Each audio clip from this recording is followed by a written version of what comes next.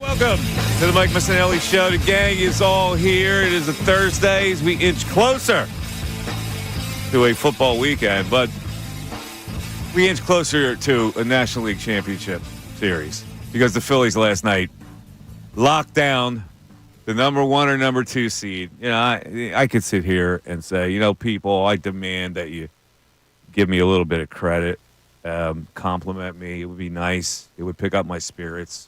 I know it's not going to happen. I tried to quell all your nerves for a really long time. And it ended up, a foregone conclusion that the Phillies were going to get a bye, and they're probably going to get the number 1 seed because they got the Washington Nationals coming up, which to me gives them the number 1 seed. I didn't care whether it was the number 1 or 2 seed. In fact, I thought it might be advantageous for them to get the 2 seed to play an easier opponent in that National League Championship Series. But I just want to throw it out to the people. If I made you feel better about the Phillies, you know what, throw me a compliment. If I didn't, you still want to fight it, that's okay. I'll just, take it under advisement. I'm used to not getting compliments in this town. So let's move over to Bill Colarulo, who has sounded the alarm incessantly for the last several weeks about how this team was in trouble and how Dombrowski didn't do enough with the trading deadline and blah, blah, blah, blah, blah, and they're not going to finish in the top 2, and they're going to have to play in the wild card round, and and bippity boo, and all that kind of stuff. So, Bill, I've pretty much done my commentating on this. So, Bill, I'll throw it to you. Listen, I will compliment you today, Mike, because you did try to calm me down. You said everything was going to be fine and they would finish in the top 2, and they do. So I'm going to give you a compliment today. I don't like that it got a little bit close for comfort there with that 5th starter, but we're done, and we're ready to move on, and we're ready to look forward, and they get the bye, and we're going to be getting ready next weekend to watch the NLDS. This is an exciting time. It is. No more sounding the alarm. I'm excited. I'm looking forward. Red October, there's really no better time as a baseball fan than when October gets here. So I'm fired up for this team now. I'm excited. Looky here. Look at Bill. So last night they win the game. All they have to do is wait for Milwaukee to lose, which they did to the Pirates of all teams.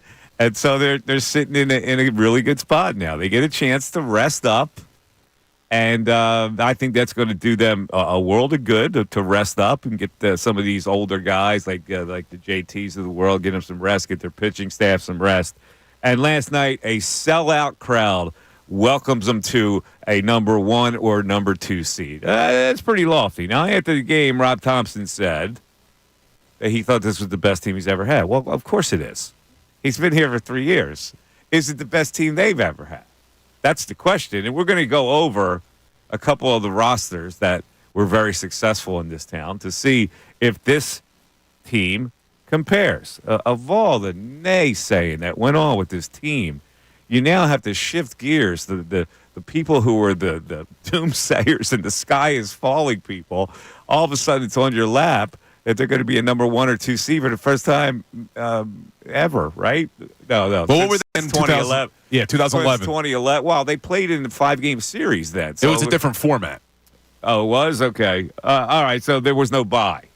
Yeah, because they've added the wild card team now. Okay, so this is really the first bye they've gotten as a franchise.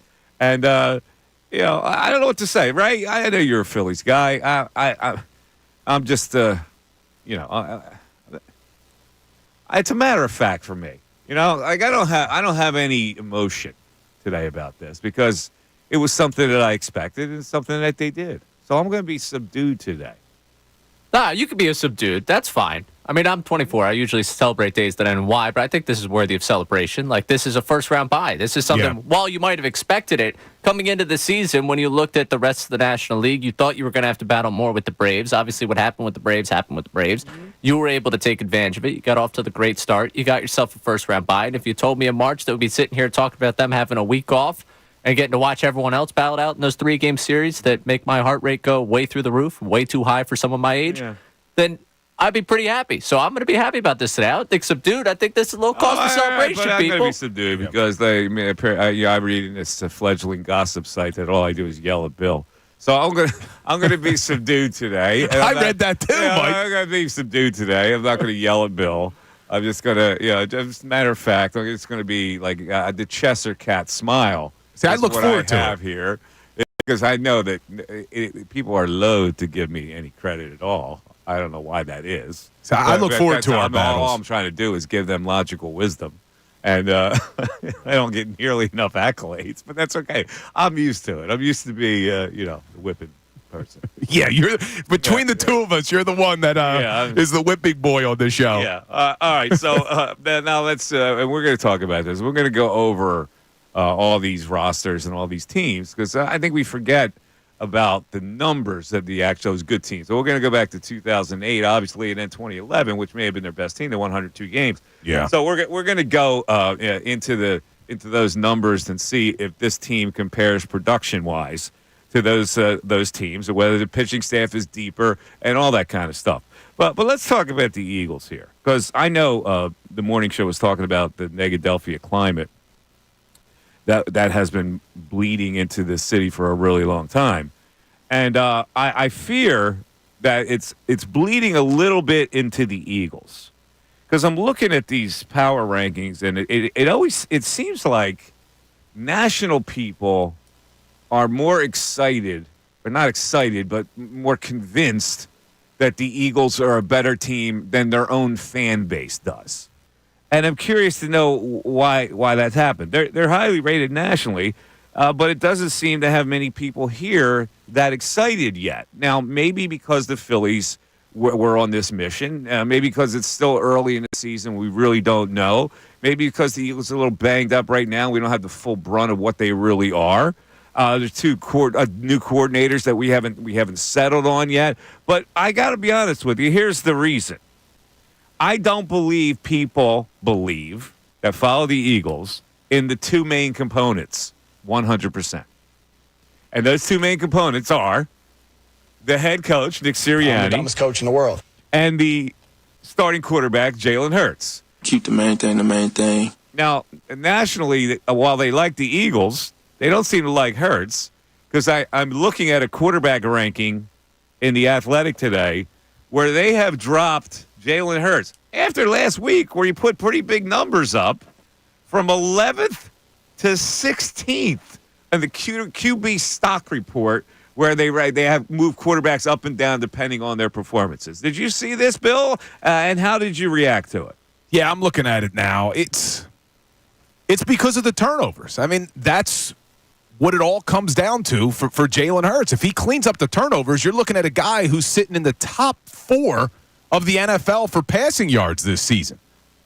So and you look at this offense, the offense has been putting up yards, they're putting up points. It's the turnovers that has Jalen Hurts falling down the ranks. Is that something he can clean up? We keep waiting for it. We waited all year last year for it. But that's why he's dropping down the ranks of these quarterback rankings. Okay, but let's look at it. Because here's what the rankings are. Josh Allen, who's on a hot streak, 1. Mahomes now slipping a little bit, 2. C.J. Stroud lost last week. He's 3. Lamar Jackson, 4. Aaron Rodgers, the stock is up. They can't wait to rise Aaron Rodgers up there. 5. Joe Burrow, what? Man, Joe Burrow, people are calling him Ellen DeGeneres right now. He's 6th. Brock Purdy, 7. Kyler Murray, 8. Justin Herbert, who can't win it all, is 9. Dak Prescott, 10. Dak Prescott. Matthew Stafford, Jared Goff, Sam Darnold, Baker Mayfield at 14, Geno Smith at 15, before you get to Jalen Hurts at 16, and he's 1 spot ahead of Justin Fields. Now, are you kidding me? No, it's too low. It's definitely too low. Look, when you look at the top 5, 6 quarterbacks, they're always the ones that they're going to put up there because they're just kind of grandfathered in. No matter what Joe Burrow does, he's always up at the top of the list. Same thing with Josh Allen and Mahomes, and now C.J. Stroud has worked his way into that category with Lamar Jackson. So they're always going to be up there. But this, to me, is who wrote this? Who's the guy that does this, Ray? It's Jeff Howe. I don't know who Jeff Howe is. I don't know how he came to these conclusions. But he clearly is not a Hurts guy. Because even before the season, he had him at 11. And then to your point, they win last week, and he drops to 16. How do you have Baker Mayfield up at 14? But still, I got to be honest with you. We wouldn't rank him 16. No. But we're not out there waving Hurts flags in Philadelphia. So here's my question as we go into our first break. What is it about Hurts that pulls you down? I'm talking to the fan base now. What is it about Hurts that pulls you down? What is it about Sirianni that pulls you down? And how can they possibly win you over? What would have to happen? What would you have to see to wake up in the morning and say, you know what? I'm okay with our head coach and our quarterback. 610-632-0975. That is how you get in. That is how you text. It is the Mike Missanelli Show on a Thursday, and we're back after this.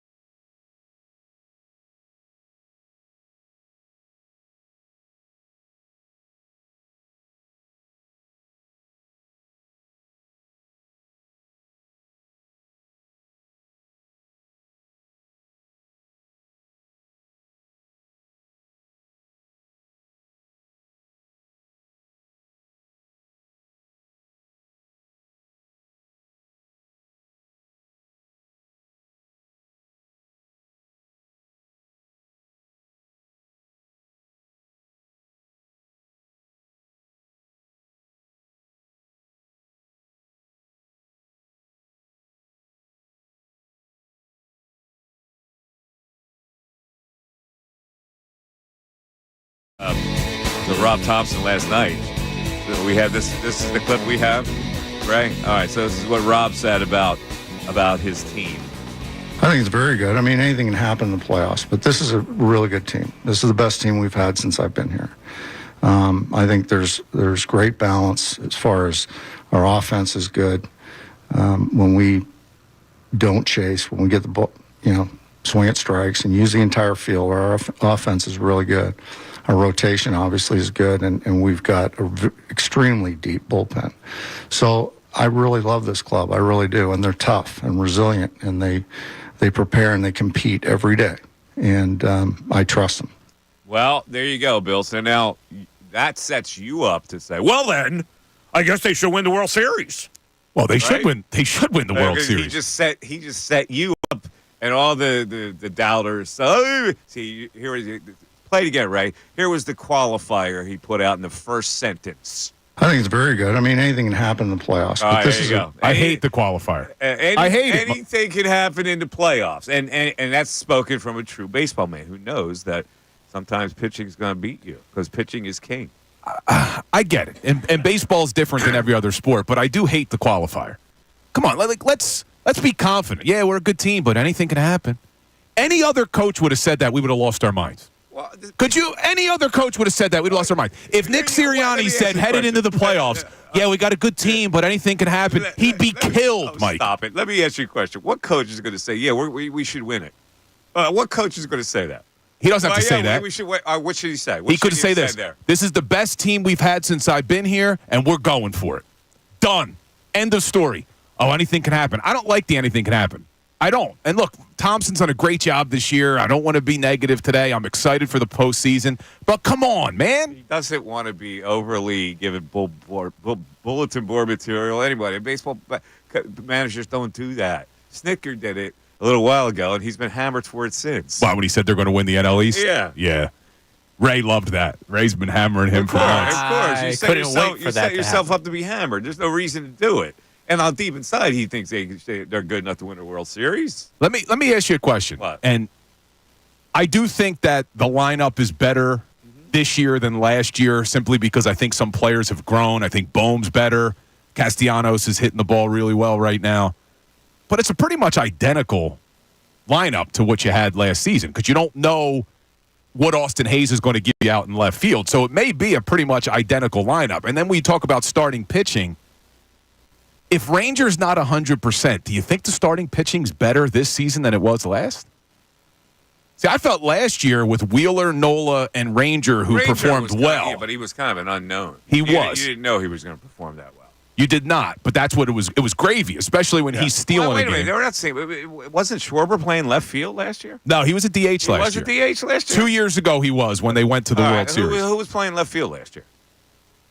Marsh. It was Marsh, yeah. And Rojas was the everyday And Rojas starter? was the everyday center. Were they platooning in left field? They were not. Right? There was no Pache platoon. played both those games in the Marlins wild card series. Well, they're certainly they were playing lefties. They're certainly a better team this year because they've been able to platoon and work around the lefty-lefty situation. So they are better. Well, yeah, you got Schwarber leading off again. That's the same. Turner batting second. Same. Bryce Harper batting third. Same. Alec Boehm cleanup. Same. What you had last year, I think Bryson Stott was your 5-hole hitter, but he's dropped down the lineup a little bit. He's not hitting the ball as well as he was last year, so I would say you had a better version of Stott last year.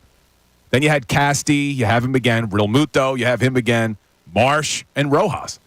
I mean, Hayes is the real X factor, I guess, in this lineup as the only change. Don't you think their bullpen is more settled? Oh yeah, I'm just talking about the line. I think the bullpen is a lot when he better. talks about this to me in the best team, you got to factor all that stuff in. Well, I would much rather Estevez than Kimbrel from what you saw last year with Kimbrel. Every time Kimbrel got on the mound last year, it was like, all right, here we go. He's going to walk the first guy. The guy's going to steal second because he can't hold them. Then he's going to get an intentional balk because he doesn't want the guy seeing his pitches. Kimbrel was frustrating as hell last year. So the bullpen's better. And I think Hoffman and Strahm are pitching really well. But I don't know. How much better is this team than last year? You think they're that much better than last year's team? We're gonna go over the production. So this year, they have scored 774 runs. What did they do last year? Let me pull it up. 774 runs, 740 RBIs, 196 home runs as a team. And stolen bases, let's see, 147. 147 stolen bases. That's got to be better than last year. I'm going to pull it up for you. So last season, how many runs did they have this year? They had 774. 771. Okay, a little better. How many hits? They had 1,405 hits this year. Last year, 14-17, with 3 more Okay, games left. Comparable. Doubles, 284. 291 last year. Okay, 23 triples. 29 last year. 196 home runs. 220 last year. Wow. 740 RBIs. 771. Oh, they had 796 runs last year. My mistake. I gave you the RBIs earlier. So they had 796 in runs last year, comparable. 771 in RBIs. Walks, 507. 539 last year. All right, their numbers were slightly better last year. Yeah. All right, let's go for the batting average. They hit 258 as a team this year, 326 on base percentage. Almost identical. 256 batting average, 327 on base percentage. Slug, 753 this year. That's the OPS you're talking about. Oh yeah, that's OPS. Sorry. Slug was 427. 438 last year, slugging percentage, 765 OPS. So a little bit better. That's what I'm saying. And look, this team, this lineup's numbers very good. very comparable. Very comparable. Now we'll take numbers. those numbers and we'll compare them to the past great teams they've had. But the pitching staff, I think, makes Rob Thompson right. The Well, pitching assuming staff has been like they've had more 6+ inning starts than anybody in baseball. Assuming that, look, I don't worry about Wheeler. Nobody does. Nola, last year, there were more good starts in the postseason than bad. He had that one rough outing. But the real question mark is going to be, what do you get from either Sanchez or Suarez? I'm assuming Sanchez is at least the third starter. We've been debating whether or not Sanchez is your game 2 starter. There's no way he falls to game 4, right? Suarez has to be your game 4 if you need it, right?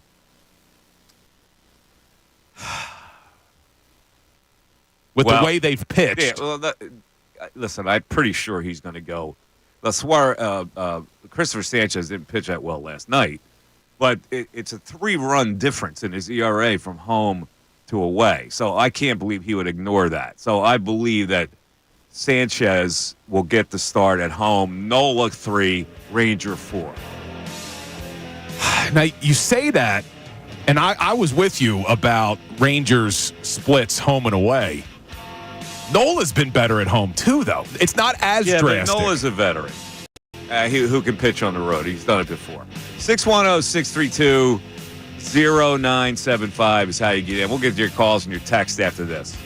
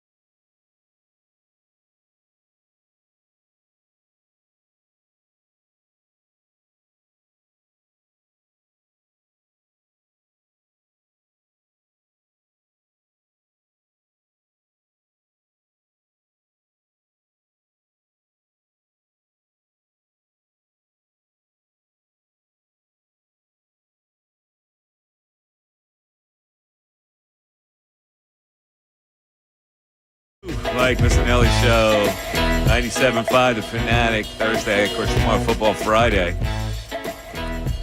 And I'm getting word that we might have a special guest on tomorrow. He's got a text. Oh, this is news to Ray and me. This is news to Ray and you. Ray and I I can't reveal actually. yet. No, I can't reveal yet because I haven't really. You haven't confirmed it? I just got the text flashed up on my screen, and I know who it is. And it could be a special guest. Gotcha. Well, we got a special color analyst on Sunday for the game. You know who the Eagles got this week? Tampa Bay. Do you know who the color analyst is? Tom Brady. Tom Brady. Oh, so we have him tomorrow on the show? No, we don't have him on the show. That's what I thought you were saying. I said a color analyst would you on tease him Sunday. like that? We got a color analyst, you said. On Sunday, I on bet. Sunday. We're gonna. This is my first opportunity to really get a full game's worth of him because I usually watch the Red Zone. Mm-hmm. So I'm looking forward to evaluating his skills as a color analyst. Very nice. Evaluate his skills. Today, also, it's Thursday. We're going to try to make this a regular Thursday feature. DB or not. I like the DB or not to be. Yeah. So last week we did major bag alert. A little later in the program. What was our DB of the week last week? Oh, the vanity license plate that said Red Sled. Yes, and the reason I actually thought about it coming in is I was behind a truck that had the testicles hanging. Yeah. And we also talked about those. Oh, my God. All right. Well, in any event, we have some Phillies and Eagles text right out of the chute, and then we'll get to the phones. Ray, what do we have on the Phils, first of all? We had Andrew in PA that just wanted to check in and say, Mike, thank you. You were right. And a side note, just watched the latest episode. That guy was 37. He looked like he was in his 50s. Oh, he's talking about my podcast, the True Crime podcast, where I interviewed the son of, the grandson of one of the major suspects from Louisiana. That's what he's talking about. Yeah, he does look a little old. Yes. Yeah. I haven't seen it yet. Rob in Lambertville is threatening some violence on Bill if he hears the fifth starter mentioned one more time. And who was it, Rob? Rob, yeah. Yeah, Rob, I'm not going to mention it again. We're moving on. All right. It's Red October. I'm glad you brought that up because I want to clear something up. And I have seen so many texts and tweets about what is people's fascination with Kobe Allard that I have to hear. Well, why didn't they put Allard in? What is your fascination with Kobe Allard? Is he better than Taiwan Walker? I don't know. They're about the same. What are these people? What did Kobe Allard do to these people? Hypnotize them? I don't know, man. He stinks. It's just because people were so frustrated with the Taiwan Walker experiment, and it was like, all right, the first time, the second time wasn't a viable replacement. Come on, man. Why do we have overvalued these people? Well, you can see with your own eyes what they have. It was just because it was more hate for Walker than it was love for Allard. But they're giving me this even after Kobe Allard. They did put Kobe Allard in the game. He got smashed around. What more do you need to see? Yeah, and then Tyler Phillips, Michael Mercado, they all got hit. Isn't there somebody in single A or double A? No. Somebody in single A or double A can't come up to the big leagues. Well, you just can't click your fingers. People disrespect baseball so much. Like, yeah, throw anybody in there. No, you can't just throw anybody in there. Now, see, now I'm hot and bothered. Now you're all upset. I was going to be cool today, and just a matter of fact. All right. What else? Do we have an Eagles text, Ray? Yeah, we had a couple of Eagles texts answering the question of why people are negative and down on this team right now. Phil in Florida checking in. The Eagles fans see Hurts as the turnover machine that he is. He's always had that problem between not reading defenses and turnovers. We will not win a Super Bowl, period. Yeah, see, this reading defenses thing is stupid. Jalen Hurts is not a guy who can't read defenses. He turns the ball over. He makes some foolish decisions, but it's not like he can't read defenses. Now, I wish this this narrative would go away and bury it, because that's not really the problem with him. But there you go. There's just not enough confidence in either of their two major components in this city. And there seems to be more confidence outside this city. Now, I highly respect the people in the city because they live every snap. So they do not have full acceptance of either Sirianni or Hurts, and that's why they're laying low about the fortunes of this team. I think you're right, because in previous years, Eagles fans sometimes can be delusional in a good way. Well, we're winning the Super Bowl this year. It's almost like every single season. Yep. And this year, you actually have a pretty good team. Yeah, there's issues. Yeah. Still worried about the defense. But you look around the NFL and even look at the power rankings and the standings right now, some of the teams you thought were going to be a problem, the 49ers, well, I think the Super Bowl hangover affects teams in different ways. Their Super Bowl hangover is injuries. I don't think the 49ers, I mean, they already lost Javon Hargrave. Christian McCaffrey seeing a specialist in Germany about his Achilles tendonitis. I mean, we should be feeling good right now about the Eagles, but, yeah, is it, to your point, is it Hurts that's holding people back, or is it Sirianni? Is it a combination of both? But to the turnover point, Mike, yeah, Hurts turns the ball over a lot. But you look at since 2022, he hasn't turned the ball over the most in the NFL. You know who has? Josh Allen. But Josh Allen is always at the top. Number one by far. Uh-huh. Number 2, Trevor Lawrence, who stinks. But Hurts has 34 turnovers since 2022. Right behind him with 33, Patrick Mahomes. Mm-hmm. So it's just funny how the narrative gets put on certain players and not on others. Oh, you're right. And what is this Germany thing? Why is it we go to Germany? What's so like what? Yeah, like if I got Achilles tendonitis. Well, like we don't have enough great doctors in America. Like we gotta go to Germany. Like Kobe went to Germany, right, for that platelet thing. Yes, I don't know what it is. What's going on? How about if we send a couple physicians to Germany to learn the techniques that they're using and save yourself some airfare? That's a really good point, Mike. Seriously, let's go to Charlie in Levittown. Charlie, you're on 97.5 The Fanatic. Charlie, thanks for taking my call, Mike. what's up, Charlie? I'll tell you what the problem is with Jalen Hurts. Nobody holds on to the ball in the pocket longer than Jalen Hurts. Yeah, nobody. You can accuse him of that. I get it. That's and the thing is, compare him to Jaden Daniels, who gets the ball out in 2.1 seconds on a snap. Uh-huh. And yeah, well, that's coaching, and that's a quarterback coach that has to get in his ear, and maybe that's what's going to hold him back forever as a quarterback. You're right, he does hold it. Now, again, A.J. Brown's not on the field. It's a complete difference in that. That pattern is always open with A.J. Brown, and it makes everything else clear out. And he gets a Benny because our offensive line is so good. Yeah, except the right side was broken down last week. Right. And Fred Johnson's really stepped up, and he's done a good job. But, you know, I don't see this turnover thing changing. As Jalen holds the ball longer, more guys in the secondary can get a read on where he's going to go with the ball. I agree, but I don't think he's ever going to be that type of guy that goes boom, boom. Like, he's not going to be the guy that gets rid of the ball quick. He's going to be the guy that makes big plays, and if he holds on to the ball, he's going to make that big play with his legs. That's what's in his head. Now, it's hard to break a guy out of that, so you may have to live with what he is. Well, I don't like the future with that. If that's all right, so his here's game, what you're saying. Jalen Hurts has not done enough, even though this team's been very successful, except for last year when they lost 7 of 8. You're saying that Jalen Hurts is not your guy. No, I think we should draft the quarterback. Oh, you're hating, Charlie. Oh, my God. Charlie's just hating. You just gave the guy $60 million a year. You're not drafting a quarterback. You got to live with this guy. He's hating.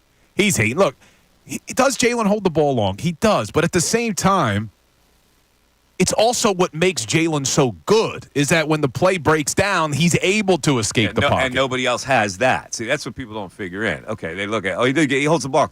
But he also will make a 20-yard gain out of that occasionally, and it'll bust the defense right open. Exactly. It's finding balance. Like, you don't want to change Jalen Hurts. You don't want to take that part of his game away from him. Just be smarter with the football in certain moments, especially when you're down in the red zone. You can't force throws into the end zone and get intercepted. Okay. So what my point of this whole thing is, nationally, although Hurts is not revered, the Eagles are. Because in power rankings that I have in front of me right now, it is the number one team. This is the top front offices. Yeah. I got the wrong sheet. I have the power rankings. You got the power. All right. What are the power rankings? So 4 major outlets here have them in the top 5, 6, or 7. There you go. The top 5, 6, or 7. And CBS, who has 7, had them at 18 last week, if you remember. So they moved up 11 spots. I don't know how that happens, that they move up 11 spots, but I get it. I think Prisco hates. Prisco, yeah. But nationally, they look at the Eagles and they go, pretty good. Here we go, it's kind of strange, to be honest with you, because the juxtaposition now, all right, if their quarterback is in the up-down stock, now 16th, the power ranking has them like top 6 or top 5. Like, that's weird. It doesn't jive. The crazy thing is if we don't have a rankings, like a stock report of head coaches, they probably would have Sirianni down on the list as well. So the 2 most important things of any NFL team, head coach, quarterback. Yeah, exactly. Now, our last caller said, what holds me back about Hurts is that he holds the ball too long, and hence he's going to turn the ball over consistently. So what holds you back about Sirianni?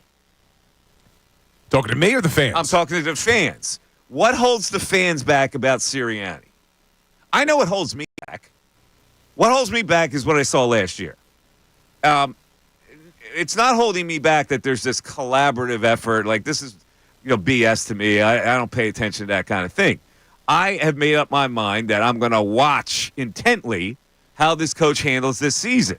I didn't want him back, but yet I have no choice. So I'm not going to make a total judgment on him yet. It seems like Eagle fans have made more of the judgment on him. They definitely have. And I think it's because a lot of them didn't want him back, just like you say. Like, they didn't want him back, so now every single thing he does is going to be magnified under a microscope about every decision. And look, I was guilty of it this week, too. I was furious with Nick Sirianni for the decisions that were made in that Saints game. But when you're going to criticize him, it's kind of unfair when you don't look at some of the positives as well, where the head coach should be given credit for taking a team on the road on a short week in a tough place to play and having the team ready to win that football game through adversity. They did battle through adversity, injuries, and they win the game. So you can't only criticize Sirianni. You got to give him some credit for that. And even the Packers game, going to Brazil, playing a tough opponent like Green Bay, a really unique, weird experience, a game on a Friday Night Lights. But you got to give the head coach some credit there. You do. Okay, so as the CEO, he got credit for last week because I look at it and I go, I'm giving more credit to Fangio. That was what needed to be fixed. It was totally fixed against a pretty good offense. But, like, you say that, and I agree. Fangio, what did he do? Did he peek in and give Fangio some coffee during the week as the CEO? But, and I agree with you, Fangio deserves a lot of credit for the Saints game. But you can't do that and then go to the 6 of 7 that they lost at the end of the last season where the defense looked terrible and say, where was Sirianni? Well, why wasn't that on Desai? Why wasn't that on Patricia? Because Sirianni was the one who made the stupid move to change defensive coordinators in the middle of the damn season that nobody on earth would have done. Would have made a difference? I don't know, but how is that supposed to make a difference? How is that supposed to make a difference? That's the stupidest thing you could possibly do. That's why I didn't even want to give him credit for it. I go, he's got to be smarter than not to do that. That had to be a Lori thing. That had to be a fantasy football owner thing. You see, I'm with you with regard to it being the dumb decision. I thought it was too. The defense looked even worse after Desai. But we're also not in the room. Like, for them to make that drastic of a decision to fire their defensive coordinator mid-season when you're 10-1 or whatever they were at that point, how bad were things with Sean Desai? How bad were things? Maybe they weren't as bad as Sirianni. Sirianni panicked, and he had all this public pressure, and he had all that pressure from the front office. You got to do something about this defense. And maybe that was the best he could come up with, which is why I think he's an idiot. What else was he supposed to do? I'm the best coach in the world. Seriously. But literally, last year, and I hate reliving last year, but we have to because people are still scared about this team because of last year. With as bad as that defense was, with the personnel, which I keep saying was more on Howie Roseman, what were you supposed to do? What were the drastic changes that you were going to make? Stop it. These are professional players. You come in one day and say, guess what? We just demoted your defensive coordinator, and we're throwing this guy in, who's not even a defensive coordinator, by the way, but we're going to throw him in. Now, if you're a player, you go, oh, my God, this place is like falling apart at the seams. What kind of stability is that? You don't get a bad message as a player from that? That's why I keep going back to we don't know what was going on in the room. Were the players looking at it the way you're looking at it, like, oh, man, I can't believe they got rid of Sean Desai. And I know they said some things publicly that it was hard and all that. How bad were things? Maybe they didn't like Sean Desai. That's still no reason to change it. This is a professional football team. That causes an uproar. These guys talk. I still don't think it would have made a difference, man. That defense was bad. Let's go to Reading. Mike, you're on 97.5 The Fanatic. You got a Phillies situation on your hands. How we doing, Mike? Good. How we doing, Mike? How's your day going? Good, Mike. How's your day going in Reading? Not bad. I wish the sun would come out. So It'll come out tomorrow, Mike. It's not coming out for a while. So I was talking about the Phillies. Your producer was obviously it fell on deaf ears. I didn't have an argument. I just have concerns about Estevez in the ninth. Mm-hmm. That's not something I really want to touch base too much on. I just think he leaves a lot of pitches up, and I don't really like his secondary pitches in general. Obviously, I love everybody else besides him. Not as much Alvarado in the ninth, but Hoffman, maybe Strom, I prefer in the ninth. Yeah, Hoffman will get a chance to close a game. He's got some great. Strom is not going to get a chance to close a game. Of course not. Yeah. So he's more. So it's either going to be Estevez or Hoffman, depending on matchups they like. I don't think they're just going to say Estevez is my closer and he's going to get every situation in the playoffs. So right. I think they'll play it cool that way. I agree. He's not a lights out closer. He gives up hits. But who like? There's one guy in baseball right now. That's that guy from the Guardians, Clase, who's lights out. He's amazing. Yeah, he's incredible. So everybody else has a leakage. Yeah, I just other than that, my biggest concern is the outfield. You have a real power loss in the outfield. You don't have anything in center, so Brandon really needs to be able to play. And Austin Hayes, he doesn't really have any power at all either, but he's got to play as well. So I think that's the flaw with the team. The flaw is really just the loss of power compared to last year. And, let me ask you this. Are they good enough in your mind to get to the World Series with this team? If they don't face the Braves, yes. The Braves? That's the team you're scared of. You're scared of the Braves? The Braves, we did not score more than 5 runs against them all season. Their pitching was so deep from all the way, even without Strider. They had a 1 through 5 starter. If they had Strider, I don't think they would have won the division still. But I still think that they can beat us this time. Yeah, I'm not feeling it. Because our offense has gone down. I get it, but I'm not feeling the Braves as a threat. I don't think the Braves are actually getting into playoffs. It's close. They've been playing all right. I think they won 3 in a row. But it's the Padres that make everybody the most nervous, I would think, just because they're hot right now. Yeah, they're the hottest team. The Braves don't scare me this year. But they're going to get some guys back. And the Phillies will have to actually face Chris Sale somewhere along the line in the playoffs. I get that. But the Schwellenbach has killed them. But Schwellenbach. Yeah. But Spencer. To Mike from Reading's point about there being a lack of power, again, and I'm being positive. We're looking forward. You hate that left field. That's what I did. I wanted more. I knew exactly where you're going. I wanted more power out there. You hate Austin Hayes. And I'm telling you, I think he's going to get a couple of big hits in the playoffs. I hope he does. I hope you're right, because that is where I look at that and I say, man, outside of the 5th starter, which we moved past, it's like, was he the right move in left? Because yeah, but you're also shortchanging his defensive ability. He's a pretty good outfielder. I mean, I would rather, if we're going defense, I'd rather have Rojas in center and Marsh in left. You would? I think Marsh is a better left fielder, don't you think? No. You think Hayes is a better left fielder? I think Hayes is a solid defensive player in left field. So what's going to happen? You're not going to have Marsh play left field. They're going to ride Hayes and they're going to platoon Marsh and Rojas. I think that is what they're probably going to do. Playoffs. So you're going to see your boy in left field on an everyday basis, even though you hate him.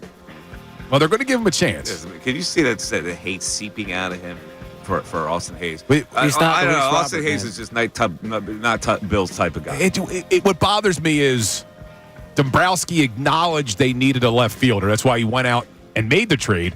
I just don't know if he was the right guy. Oh, my God, we're back to this. I don't know if Randy he was the right guy. Rosarena, where are you? Randy! No, it's a positive day. We need you. It's a positive day. It's Red October in a couple days. 610-632-0975. Back after this.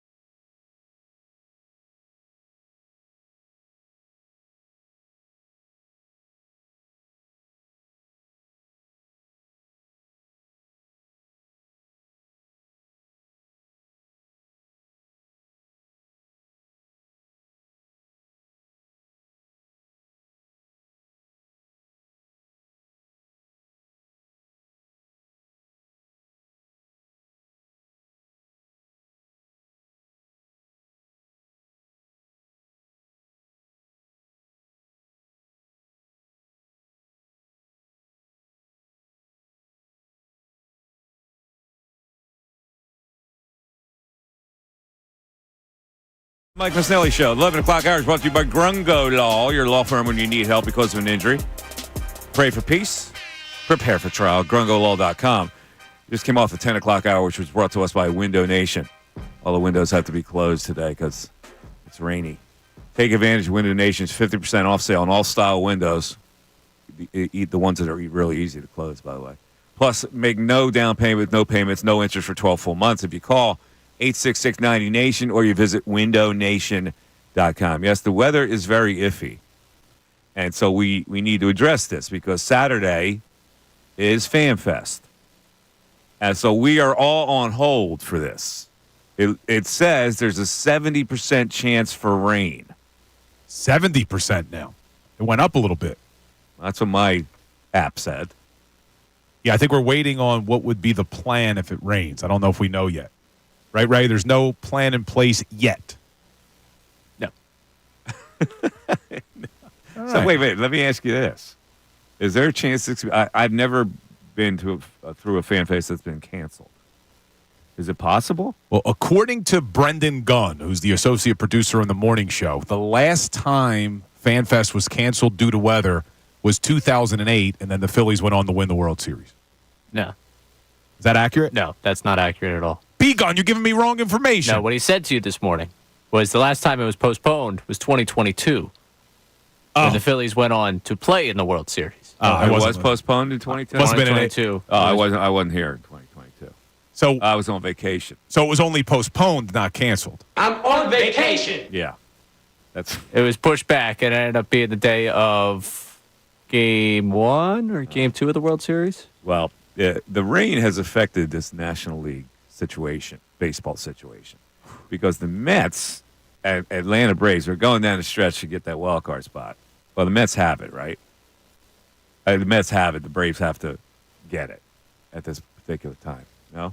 I don't believe so. Are they fighting for the Mets still? All right. Last night, the Mets, I think, went into the day half game up on Diamondbacks, and Diamondbacks were a half game up on the Braves, so 5, 6, 7. Okay, so there's a big fight. They had postponed the Mets and Braves series, big series this weekend in Atlanta because of the hurricane and the rains that are coming down there that have filtered up here.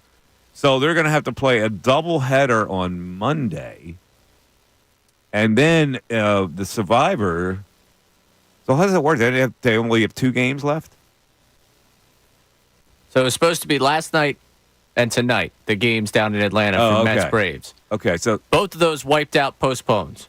They move on to their weekend series, and we'll revisit all this on Monday. I guess if they need to, if it's deemed necessary to revisit these things, because now the Braves are a game back of the Diamondbacks for the last. So who do the Braves spot. and Mets play this weekend? The Mets have Milwaukee. Oh. And the Braves have, I believe it's Kansas City. Kansas City, correct. Okay. And the Diamondbacks are still in the mix here, and they got San Diego this weekend. Hot team. This is really interesting. I love this wild card, the way it plays out. So my point is, the Mets and Braves may have to play a doubleheader on Monday and then go right into the series. The Survivor goes into the series on Tuesday. That's a lot of pitching, man. I don't know how you keep up with that. Yeah, I would not be happy if I was a Mets fan or. All right, so a few tidbits based on our last call. I was afraid of the Braves. And he said because of their pitching staff. Well, let me go over some numbers here. The Phillies have not seen Chris Sale this year, have they? I think they avoided him every time. I think they've been pretty successful in avoiding him. Yeah, okay. So against Chris Sale, the numbers are limited. The guy who has had the most at-bats against Chris Sale is Austin Hayes. Oh, boy. Good or bad? 300. All right, I'll take it. He's hitting 300 against Sale. Bohm, in limited activity, he's hitting 400. Turner, 167. Casty, 209. And Harper's only faced him 3 times. He won for 3. Max Fried, they slam. Collective BA against Max Fried of 301, including Castellanos, 478. Hayes, 566. Trey Turner, 375. JT, 340. Bohm, 300. Schwarber and Stott don't hit him well. 156, both left-handers against Fried, which means that Sosa will play against Fried. But wait a second. What? So if the Braves sneak in as the final wild card, they would play Milwaukee. Yeah, I'm just saying that the Phillies play the Braves. Yeah, I'm saying when would that be? If the winner of that would play the Phillies in the NLDS? If the Braves get the 6, if the Phillies are the 2, Yes. the Braves get the 6, and the Brewers are the 3, then yes, the winner of Brewers Braves would get Phillies. Phillies. So so this is. I know the caller was worried about it, but I mean, the Braves, are they going to make the? I don't know if they're going to make it, but I'm just saying he was worried about it, so I'm going to give you the numbers. Charlie Morton, they hit 284 against him. Bohm, 448. Harper, 414. Hayes, 500. Limited at bats. Schwarber, 304. So they rack him. Schwellenbach, they don't hit at all. 212. Schwellenbach. I don't know why his name's fun to Spencer say. Schwellenbach. Schwellenbach. He's There got to you be go. a game 2 starter if it was Phillies Braves. Probably, because Yeah. he throws that sweeper that really befuddles him. All right, Terrell and Philly. What's up, Terrell? How's everybody doing? What's up, T? How you doing? All right. So I have 3 quick points, man. I'll be real fast. I'll be real brief. Mm-hmm. Reason why we're so down on this team right now is because this team has Super Bowl or bust talent. Like, we're wasting Lane Johnson in his line prime right now. Like, we need rings to justify some of the talent we have. And as far as your Josh Allen comment, you know, I understand he has a lot of turnovers, but he fixed it. He has 0 picks this year. And number 3, and this is like a haymaker right here, we let Cliff Kingsbury walk out of his door, rightfully so. We got the right offensive coordinator, but he's out coaching my boy Kellen Moore right now. He has 0 turnovers and 0 punts right now in the last 2 games. Yeah, I think you're giving too much. First of all, hold on a second. You're giving way too much credit to Cliff Kingsbury this early. No, we got the better offensive coordinator, but he's doing good this year right now. It's 3 games in, bro. Come on. 3 games in. We're doing the same sample size. We're doing bad though. Yeah, Cliff Kingsbury. Well, they had over 400 yards of offense last week. The Eagles. Yeah, Terrell, the Eagles are the second-ranked offense in terms of yards per game right now. They're averaging 412 yards a game, man. I mean, I know Jaden Daniels looks good in Washington, but to Mike's point, we've seen rookies start out strong. It's, you know, teams are going to adjust. Teams are going to adjust to Cliff Kingsbury. Does he have a counterpunch? We'll see. Cliff Kingsbury always seems to hit a wall. That's why he's been tossed around a lot. Well, you look at what... Yeah, but I hear you. You said they have Super Bowl talent. I don't know if their defense, if you can, like, if you tape the defense to the offense, you can say that they have Super Bowl talent. You really think so? Bull or bust talent, yes, I do think that we have an offensive line that's in their prime right now. You gave me all offensive line. I get it. What about the defense? Play how long are we going to have a good corner play? You would do what? How long are we going to have a good cornerback like Slay?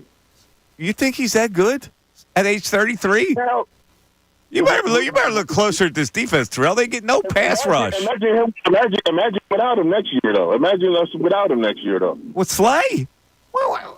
What's so spectacular about Slay right now? He's still a good corner, though. Okay. But I think, can you do without him? I think to Terrell's point, what he's saying is they need to win soon because Slay's not going to be here. Lane Johnson's not going to be here. Like, this is their window, was Terrell's point, I believe. Don't you think he's overvaluing Slay right now? A little bit. Yeah, a little bit. All I mean, at his age, but he's still a good corner. He's still a good corner. All right. 610-632-0975. That's how you break into the Mike Missanelli Show. Back after this.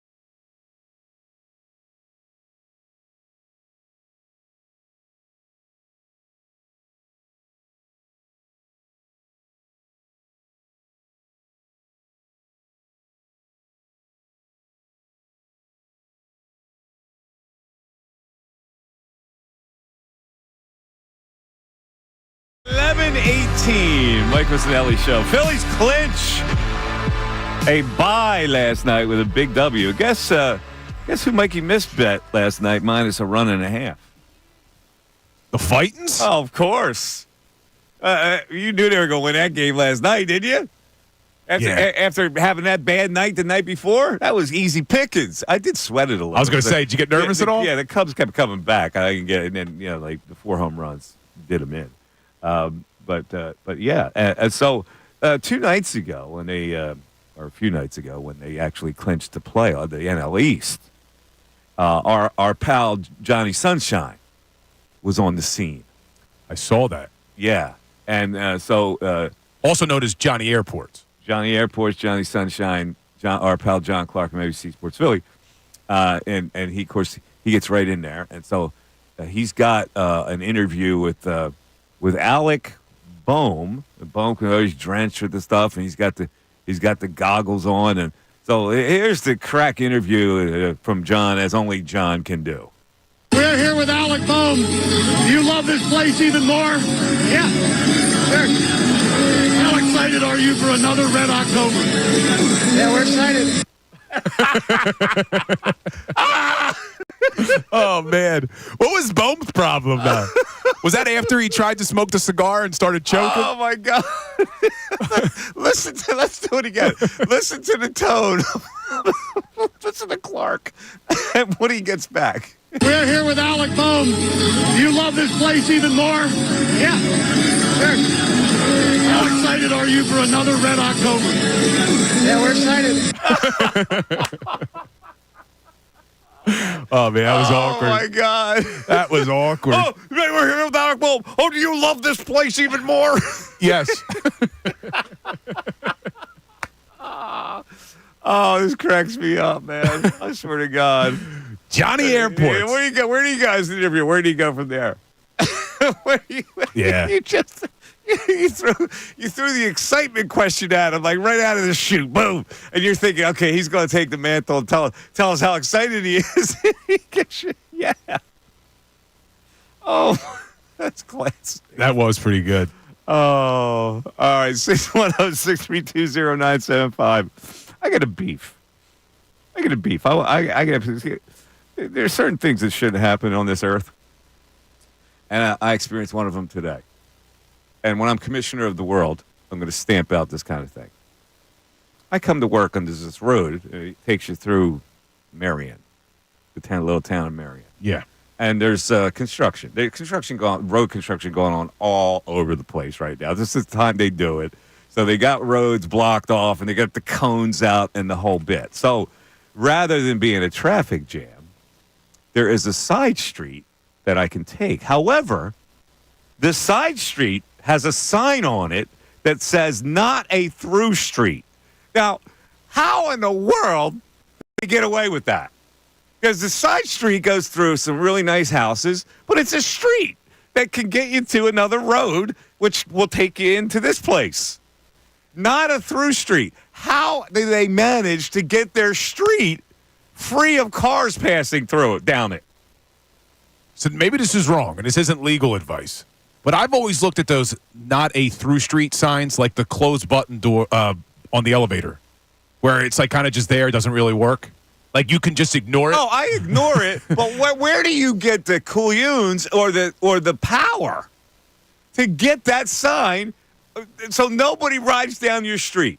This is what I need to know. But can you actually get a ticket for driving through that street? I need more information because I've seen a couple not a through street. I go, your sister. I'm going through it. It's a street. You own this street? I do not understand it. So they got that blocked off. They've got the cones in front of that street that you could actually go down to avoid the bigger traffic that's down the other way. Well, this is Marion? Yeah, yes. I guess they got the Scott-Old to make something like that happen. How do you have the Scott-Old? This is what I want to know. How do you actually pull that off? So Does anybody have any information on this? Because I resent it. Yeah, now that you're bringing it up, how do you even go about making that happen? How does that happen where you're such the elite that you can lobby for the town to put another through street on your street. Now, that one may just be the elite, but there's one near me in Cherry Hill, which isn't, an expensive area that also has the not through street signs because it's right next to Route 70, which is a busy road. Uh-huh. So they don't want people trying to beat traffic. There's a rationale behind cutting that. down their street. There's a public safety rationale that they get away with that. Yeah, there's kids. There's and all. no public safety rationale at all, except you're going down a little street that loops around and goes through a neighborhood of really big old stone houses. All right, I'm looking. Sean Gordian on YouTube. Uh-huh. We have a sign like that around my house because the street is private and me and the other people in my neighborhood paid for the road pavement. So I think that's a different situation. This is not a private road. Yeah, this is a public roadway. This is a public roadway that can take you through to get to a bigger road that gets you to negotiate the neighborhood area. Now, the construction didn't point you to this street, though. You just knew about it. The construction had blocked off the street. Normally, I would be able to get down there to avoid the traffic. Is one lane now, and so it backs up at this traffic light. So to avoid that traffic light and the backup, you can go down this street to get to another road. I don't know how you make that happen. I need to know. I need to know. Well, I maybe need you're to know how people can be so privileged in a neighborhood to get not a through street sign. Well, maybe our special guest can tell you tomorrow.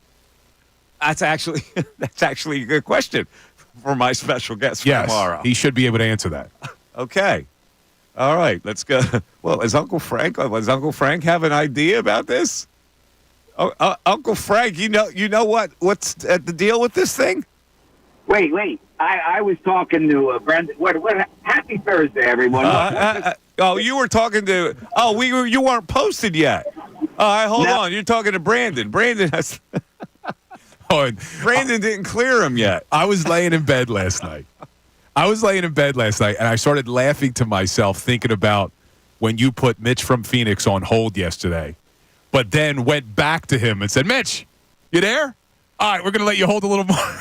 Here's the thing you got to know about me. Some callers need to be punished for their insolence. But when you checked on him again and then put him back on hold the second time. You want to come and mock the show in your first sentence? Guess what? You get punished. 610-632-0975 back after this.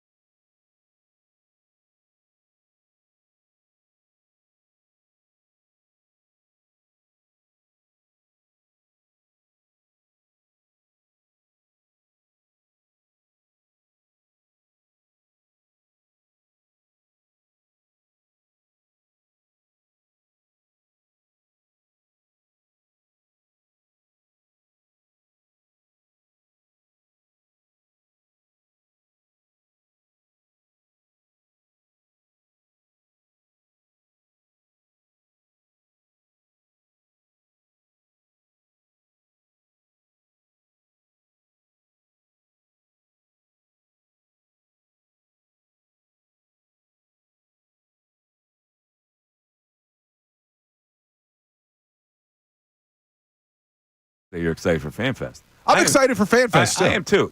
We've just been told that everything's systems go. All systems go for right now. So don't even worry about it. All systems go, and I know Andre Drummond was announced, but I spoke to some people yesterday. There should be more announcements coming about some pretty good guests. Yes.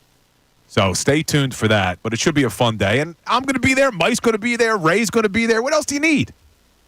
Exactly. Ray Dunn is going to be there. Ray Dunn. You get a chance to see Ray Dunn. Let's look at some Phillies teams from the past. What's the matter, Ray?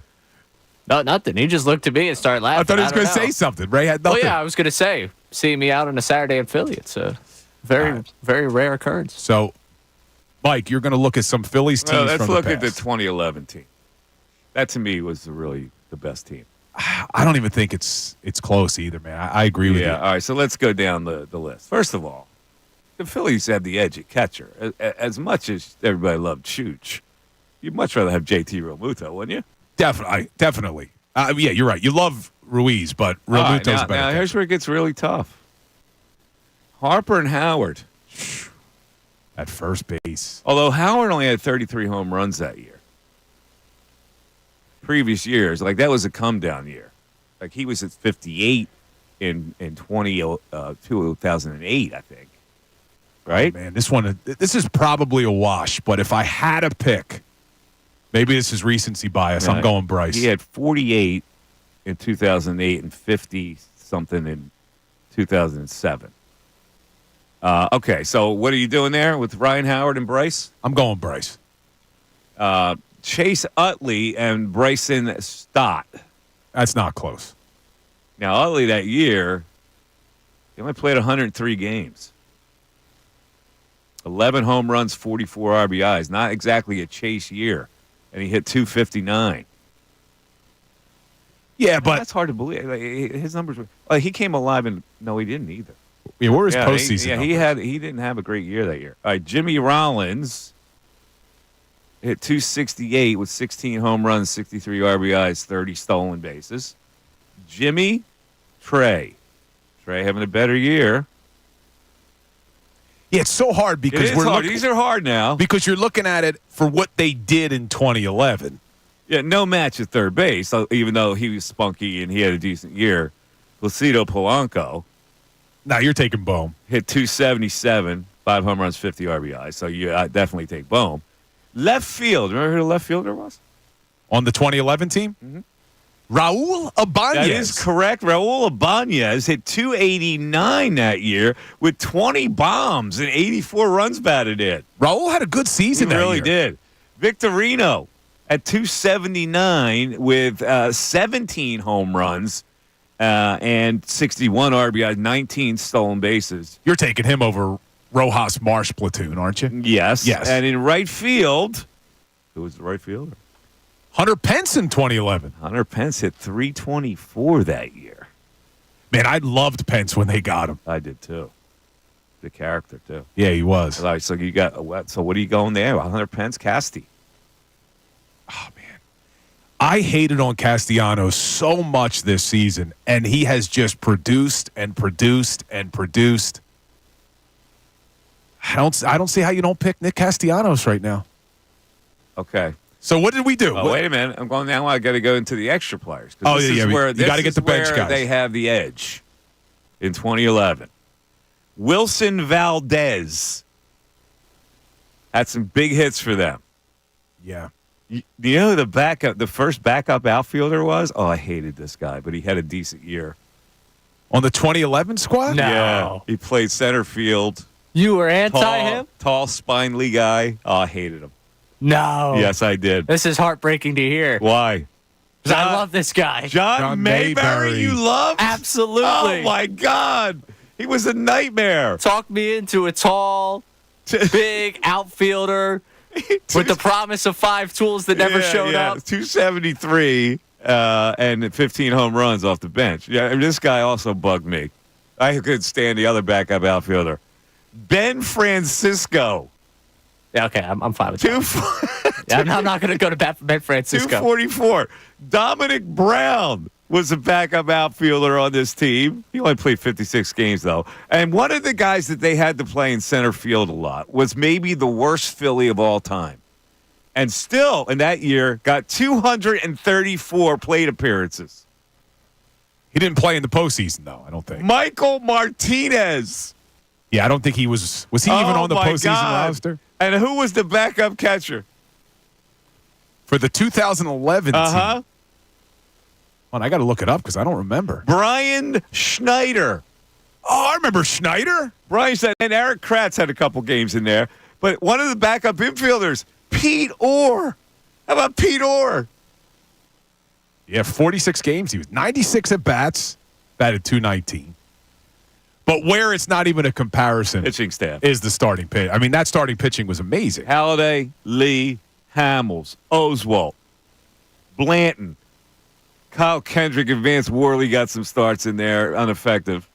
Michael Schwimmer out of the bullpen. Antonio Bastardo got in 62 games that year. Ryan Madsen, 61 games. Was Madsen the closer that year? Yes. Yeah, I think Lidge was still the closer. That year, No? Madsen had taken over the closer He role did? at that point. yeah, 2011. Yeah. Where was Lidge? Would they get rid of him? He was there. He just at that point. He had really? kinda- I He think that lost year the he also closer might have role? been hampered. That he might have been out for a while that year because I don't think he pitched nearly to the workload. Yeah, you're right. He was only in Yeah. 25 games. That Like, year. I think that Madsen was by necessity. They had to move him to the closer Yeah, role, J.C. right? Romero was still there. Jose Contreras. All right, so you have Mike Zagurski. Remember him? I do remember Left-handed Zagurski. guy. All right, so It's close, though. that team and this team. I'm taking the 2024 bullpen over the 2011 bullpen. Uh-huh. Taking the 2011 starting pitching, even though I said it's not close. It is close. I mean, you got Wheeler, Nola, Sanchez, Suarez, but I'm going starting pitching in 2011. I think I got to go with the 2011 lineup. It's a better team. Really, I think the only thing you give the 2024 edge would be the bullpen right now. That's pretty close, man. It really is. Now, we'll go to 2008 in a little bit, but let's go to the phone since Uncle Frank's been hanging. What's up, Uncle Frank? I was confused earlier. I was confused, too, because you weren't fully on the board, and I jumped the gun on it. I felt like I picked up my prom date, and her parents told me she just left with someone else. I didn't know. Yeah, Anyway. that's all right. Don't worry about it. We got you now, Uncle Frank. Oh, by the way, that's Johnny Sunshine, man. He should be on 60 Minutes with that in-depth reporting. That was that was hilarious. That's funny. I need to hear it again. Right. Yeah. Oh, let's hear it again. Yeah. We're here with Alec Bohm. You love this place even more? How excited are you for another Red October? Are you ready for another Red October? Yeah. All right. Maybe Baum had some gummies going on. Anyway. How about, listen, Mike, isn't it, it's kind of a slow show, sports day, right? Can you stay on topic? Not talk about avocados? I mean, what do you want? You want to get the? Yeah, are you mitching me? I think he's being sarcastic, right, Uncle Are Frank? you mocking Mitch? I salute Mitch, you miserable. Matter of fact, You I love miserable. when you guys, when you go sidebar into these like obscure, I just find it great theater. And I got a lot of stuff on my mind, Uncle Frank. You know, it just pours out. by the way, I've been sitting on this. Hey, Bill. What's Bill? up, What's up, Uncle Frank? Cardi B, she's got a great caboose, doesn't she? You know what a caboose? I know in that terms what a tell you what, caboose is. everything- I didn't know it was a train. Everything you say will always be brought back to life by the callers. Yes. All right, enough. I've Bill. been And sitting on callers, this. do not forget. Not my about- favorite caboose, though, Cardi B. No, I know. It's the first thing I came up with. So, where are you guys, like, Nervine meter with the fight leaders? Well, I'm just concerned the pitching depth, right? Starting pitching. And then, God forbid, if the lumber goes into a slumber, if they're off. Any concerns? Listen, you can, in baseball you can never predict when bats are going to go I know, bad, right? I know. And good pitching always beats good hitting. I have no idea. I think they're good enough to win the National League and get to the World Series. And when I look at it, I go, okay, there are three teams in the American League that are viable: Yankees, Guardians, Astros. Okay. The Yankees scare me only because they have power, and that plays here at Citizens Bank Yep. Park. Yeah.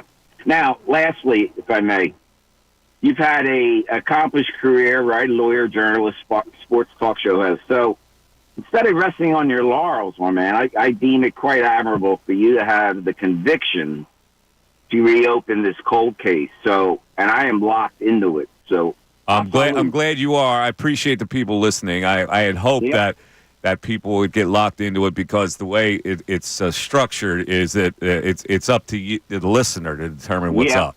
I'm at episode 4, but no, it's very admirable. I appreciate it, Uncle Frank. Thank you very much. Of course, episode 7 just dropped. I talked about it yesterday with the major suspect, or one of the 2 major suspects in the case.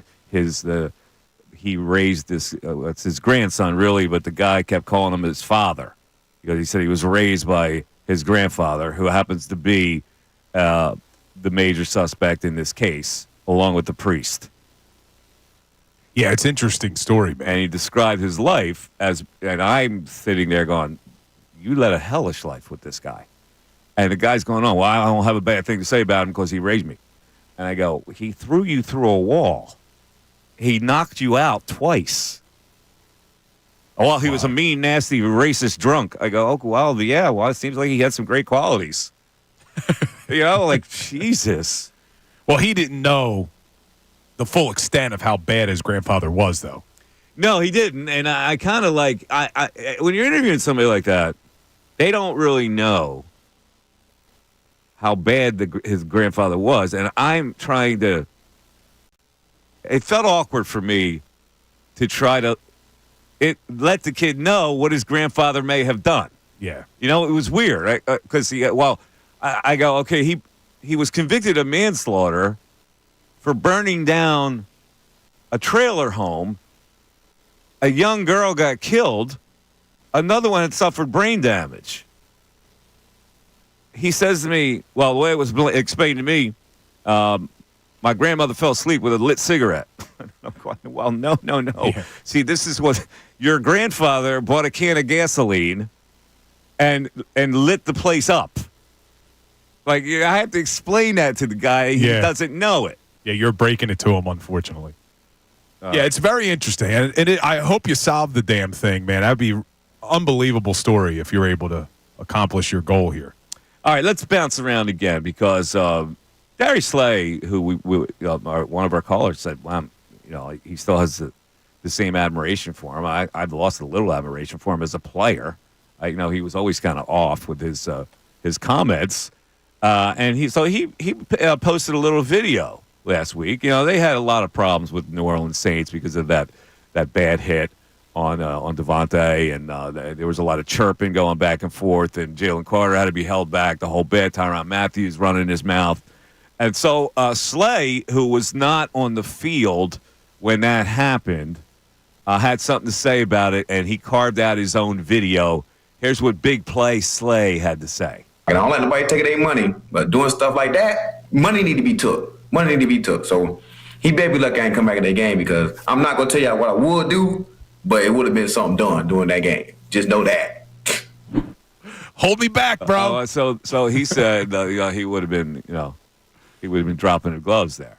Look, I respect Darius Money Slay. had to be taken. Money was. It was small. It was small. It was like $4,000. Yeah. Like, I respect Darius Slay as a player, but come on, man. You weren't going to do anything. I mean, come on. Oh, lucky I wasn't in there. Stop. Darius Slay, what makes him a good player is his ability to cover. No one has ever said, oh, man, did you see that big hit Darius Slay put on that guy? And now he's going to put a video out? He's lucky I didn't get back in that game. Come on, man. Come on. We're here with Darius Slay. Darius, are you ready for a Red October? You know what people are asking for? We need that as a drop, right? People are asking for the hola. Hola. Hola. Hola. We need that as a drop. I can't. Hola. I love hola. The juxtaposition of exciting question to what Bone gave him. Hola.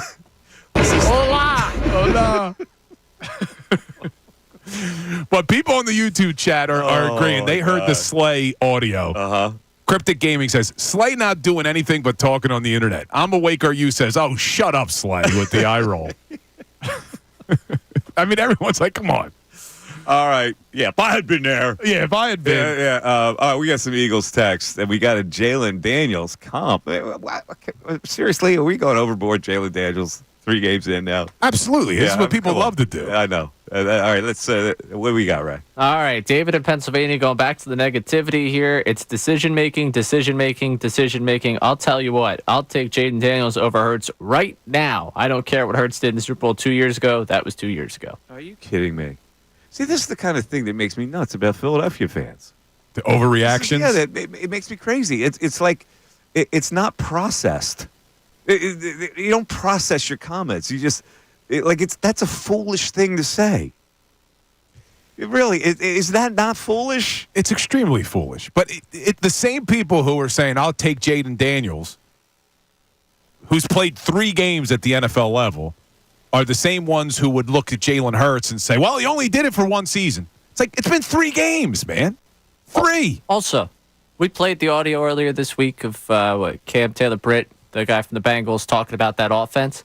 And I'm not going to go the college offense route on it, but it's not like they're asking Daniels to do a ton in that system. Teams haven't seen Daniels at the NFL yet. Like, if they're going to ask him just go short intermediate routes and just do a little bit to get it done, he torched the Bengals defense, which stinks. And oh, by the way, the other win they've got is over the Giants, where they didn't score a touchdown. They had 7 field goals in that game. We'd be losing our mind if we watched the Eagles get down the field 7 times and come away with a field goal every time. This may be the angriest I've ever heard, Ray. That got him fired up a little bit. Yeah. The angriest? Yeah, I've never heard you that angry. I just hate dumb narratives. And I think the Daniels one is incredibly we stupid. get a lot of dumb narratives, and that's why I had to call out that kid, and then now everybody's coming at me because you picked on a 19-year-old. This guy's still at it, this Philly sports sufferer, right? Yeah. Yeah. What did you tweet today? Hold on. Yeah, last night this little J.O. I sent this to Mike last night because I was laughing when I saw it. This was last night. Dream regular season for the Phillies, man. Can't ask for much more overall. Yeah, you see what I mean? You see He's what got I to mean? be trolling you at this point. I think he's trolling you at this point. I don't think he's trolling. I just think he's stunad. So let me ask you something, Mike, because he puts this in his tweet, and a lot of callers say this, and I feel like sometimes I've been guilty of it as well, and I really work hard in not doing it. Using the pronouns we and us when referring to a sports team. Yeah, people do that, though. They get trapped into it. I don't do it because I grew up as a journalist, but I know fans do it.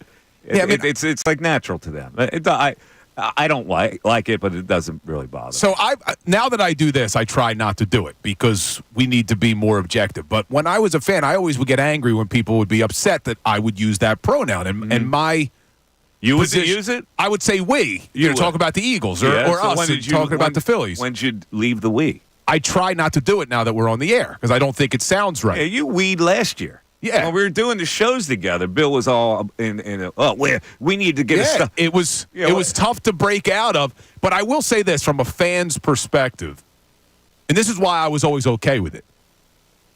The fans are going to be here a lot longer than the players. There's no player on the Eagles, the Phillies, the Sixers, the Flyers who have supported the team and been a part of the team more than the fans have.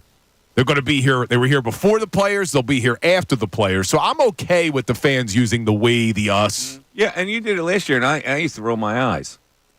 We were doing the post-game shows, right? He was all about being a fan. Well, we this, we that. I'm like, I was you guys doing your volunteer work? I will. Let me laud Bill now because he has made an amazing transformation into the bitter miserable that I am. So he's shown great growth. I know everyone so far that we've done the show. My wife is so happy that I've turned miserable. She loves it. 610-632-0975. The news at noon is coming up after this.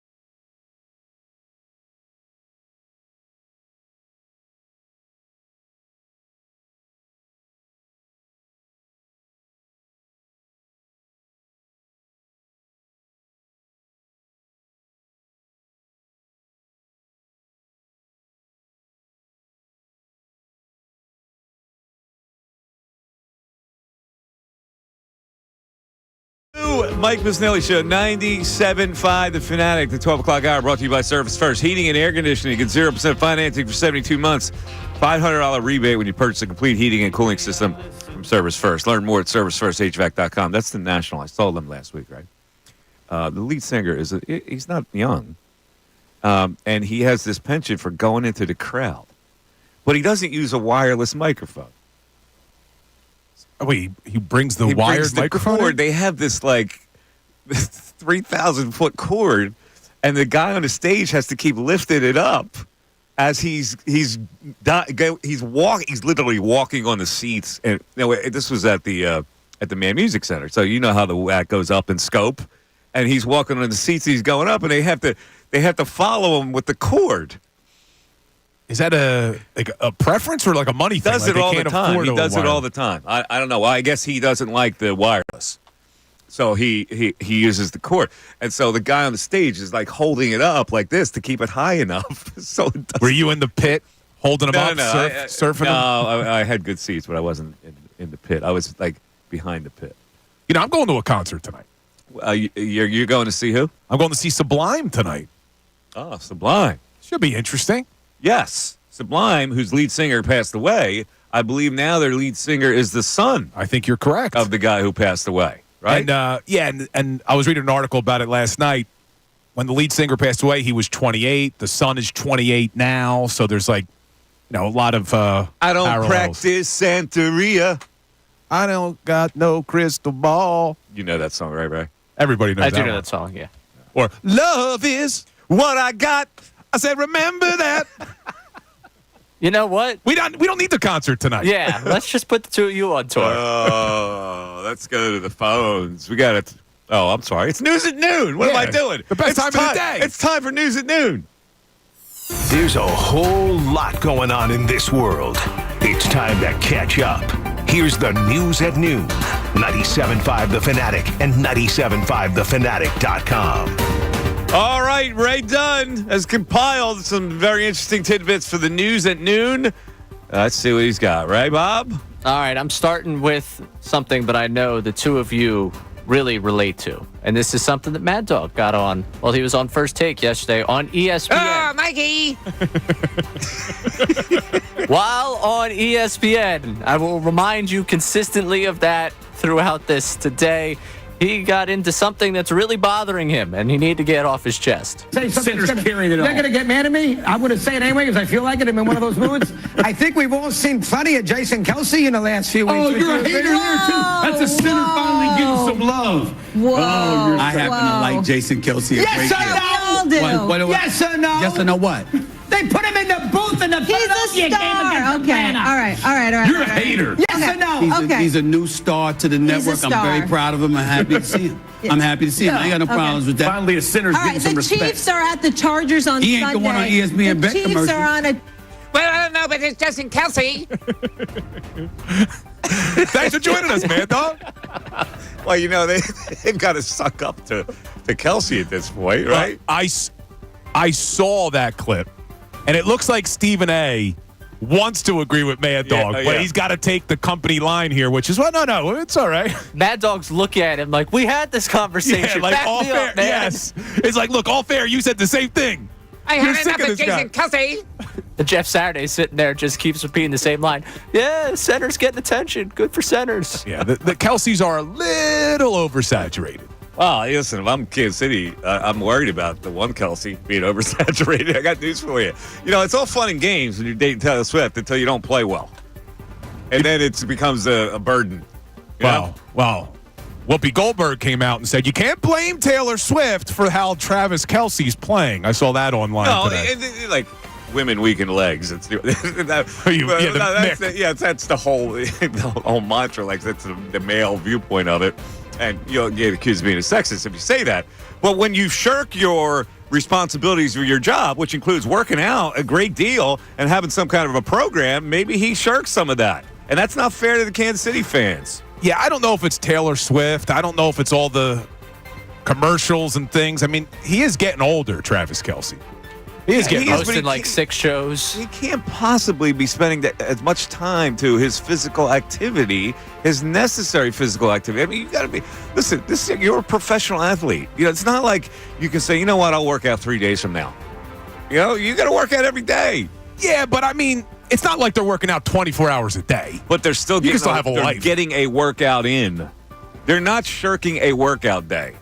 No. And you think he is to spend time with well, he's got to Tay-Tay? be. I mean, my God, when they call all over the country, all over the world with her. Was it just spending time with her? Like you mentioned the commercials, the shows, like yeah, it's all that too. Oh, I there's thought Ray a lot was, more. I thought Ray was going somewhere else. No, not where Is I'm it going. just spending time? Why are you always in the gutter over here? I thought you were going somewhere else with Jeez, that. man. All right, let's move on here. Let's keep it with football. Can you do Mad Dog again before he moves on? Man, Mikey. All right. What do you got, Ray? It's so good. You can just go to. We have to have Stephen A. on just so you guys can do it and Matt's going back and forth. All right. Josh Allen found himself in a little bit of controversy, I guess, this week because he was talking earlier this week after the big win over the Jaguars about how much fun they're having and how everybody's just pitching in together, great attitudes, and people took it as a dig at Stephon Diggs. I'll play the first clip for you that got him in some trouble. The everybody eats mentality, and again, it could be your play, this play. You never know when it's going to happen, and that's the beauty of it. When guys get to buy into this and really understand, like, I may not get the ball 4 or 5 times thrown to me a game, but the 1 or 2 times I do, I'm going to have opportunities to be in the end zone. And you know, it's a fun and wonderful thing when you got a bunch of guys that don't care about the stats, they don't care about the touchdowns. That was what people interpreted as going at Stephon Diggs. This is his attempt to backpedal from that. And I know there's a lot of people talking out there. Again, I'm not trying to tear down anybody. I've loved everybody that I've played with, you know, and you don't have to tear other people down to build each other up. And, you know, we're building each other up right now, and that's all we're trying to do. We're trying to stay together as a team, and we're really caring about each other. And, you know, everybody in this building's got that feeling. What do you mean by that? You know what I mean. You know what I mean. Whether it's former players, yeah. And again, I love 14. I still do. But everyone wants to keep making this thing a thing. Well, first of all, I think he's probably a good teammate. That dude. No, he'll run through a wall. Josh Allen or Stephon Diggs? Josh Allen. So I know what he meant. You know. Yeah. And the more you try to talk through it, the more trouble you get yourself into. Yeah, sometimes you're better off just ignoring it. He loves 14. All right. But clearly they got rid of Stephon Diggs because he wasn't a great teammate. I mean, you look at the stats. Why else are you getting rid of him? Did you see the video that they did where one of the offensive linemen went around the Bills locker room and said, which one of your teammates would you at least likely want your daughter to date? I think it was your sister. Oh, it was your sister. Right? Wasn't it your sister? Because they're younger guys, so right, I think it was your sister. Yeah.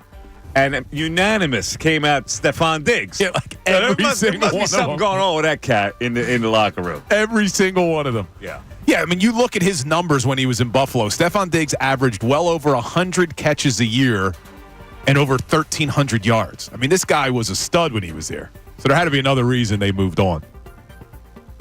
Go ahead, Ray. What's next? A little too much smoke to the fire. There's something not to be there. All right, I'm going to bring this back to Philadelphia here. We got brothers going after each other right here. The St. Brown brothers on their St. Brown podcast decided they were going to talk about the Devontae Smith hit. And, of course, Equanimous is Saint, and he was not too happy that Amon-Ra was taking a shot at his teammate. All kinds of beef. Here Can we talk about that Devontae Smith hit? What was that? Yeah, I don't know why they act like it's all crazy. The ref didn't blow the whistle yet, and the D-lineman just hit him with his shoulder. What do you mean? Whoa. Yeah. No, they didn't just hit him with his shoulder. He did. What, did he catch like a 5-yard in or something? Was getting tackled and the held ref up for like 2 seconds. Okay, what do you want? It's the like NFL. 3 dudes, and then the D-lineman comes out of nowhere, right in the head. It's the NFL. What do you want him to do? And then what makes it worse is the dude, his helmet was off. Then another Saints player just jumps on him. I know he was trying to get the football, but still, exactly.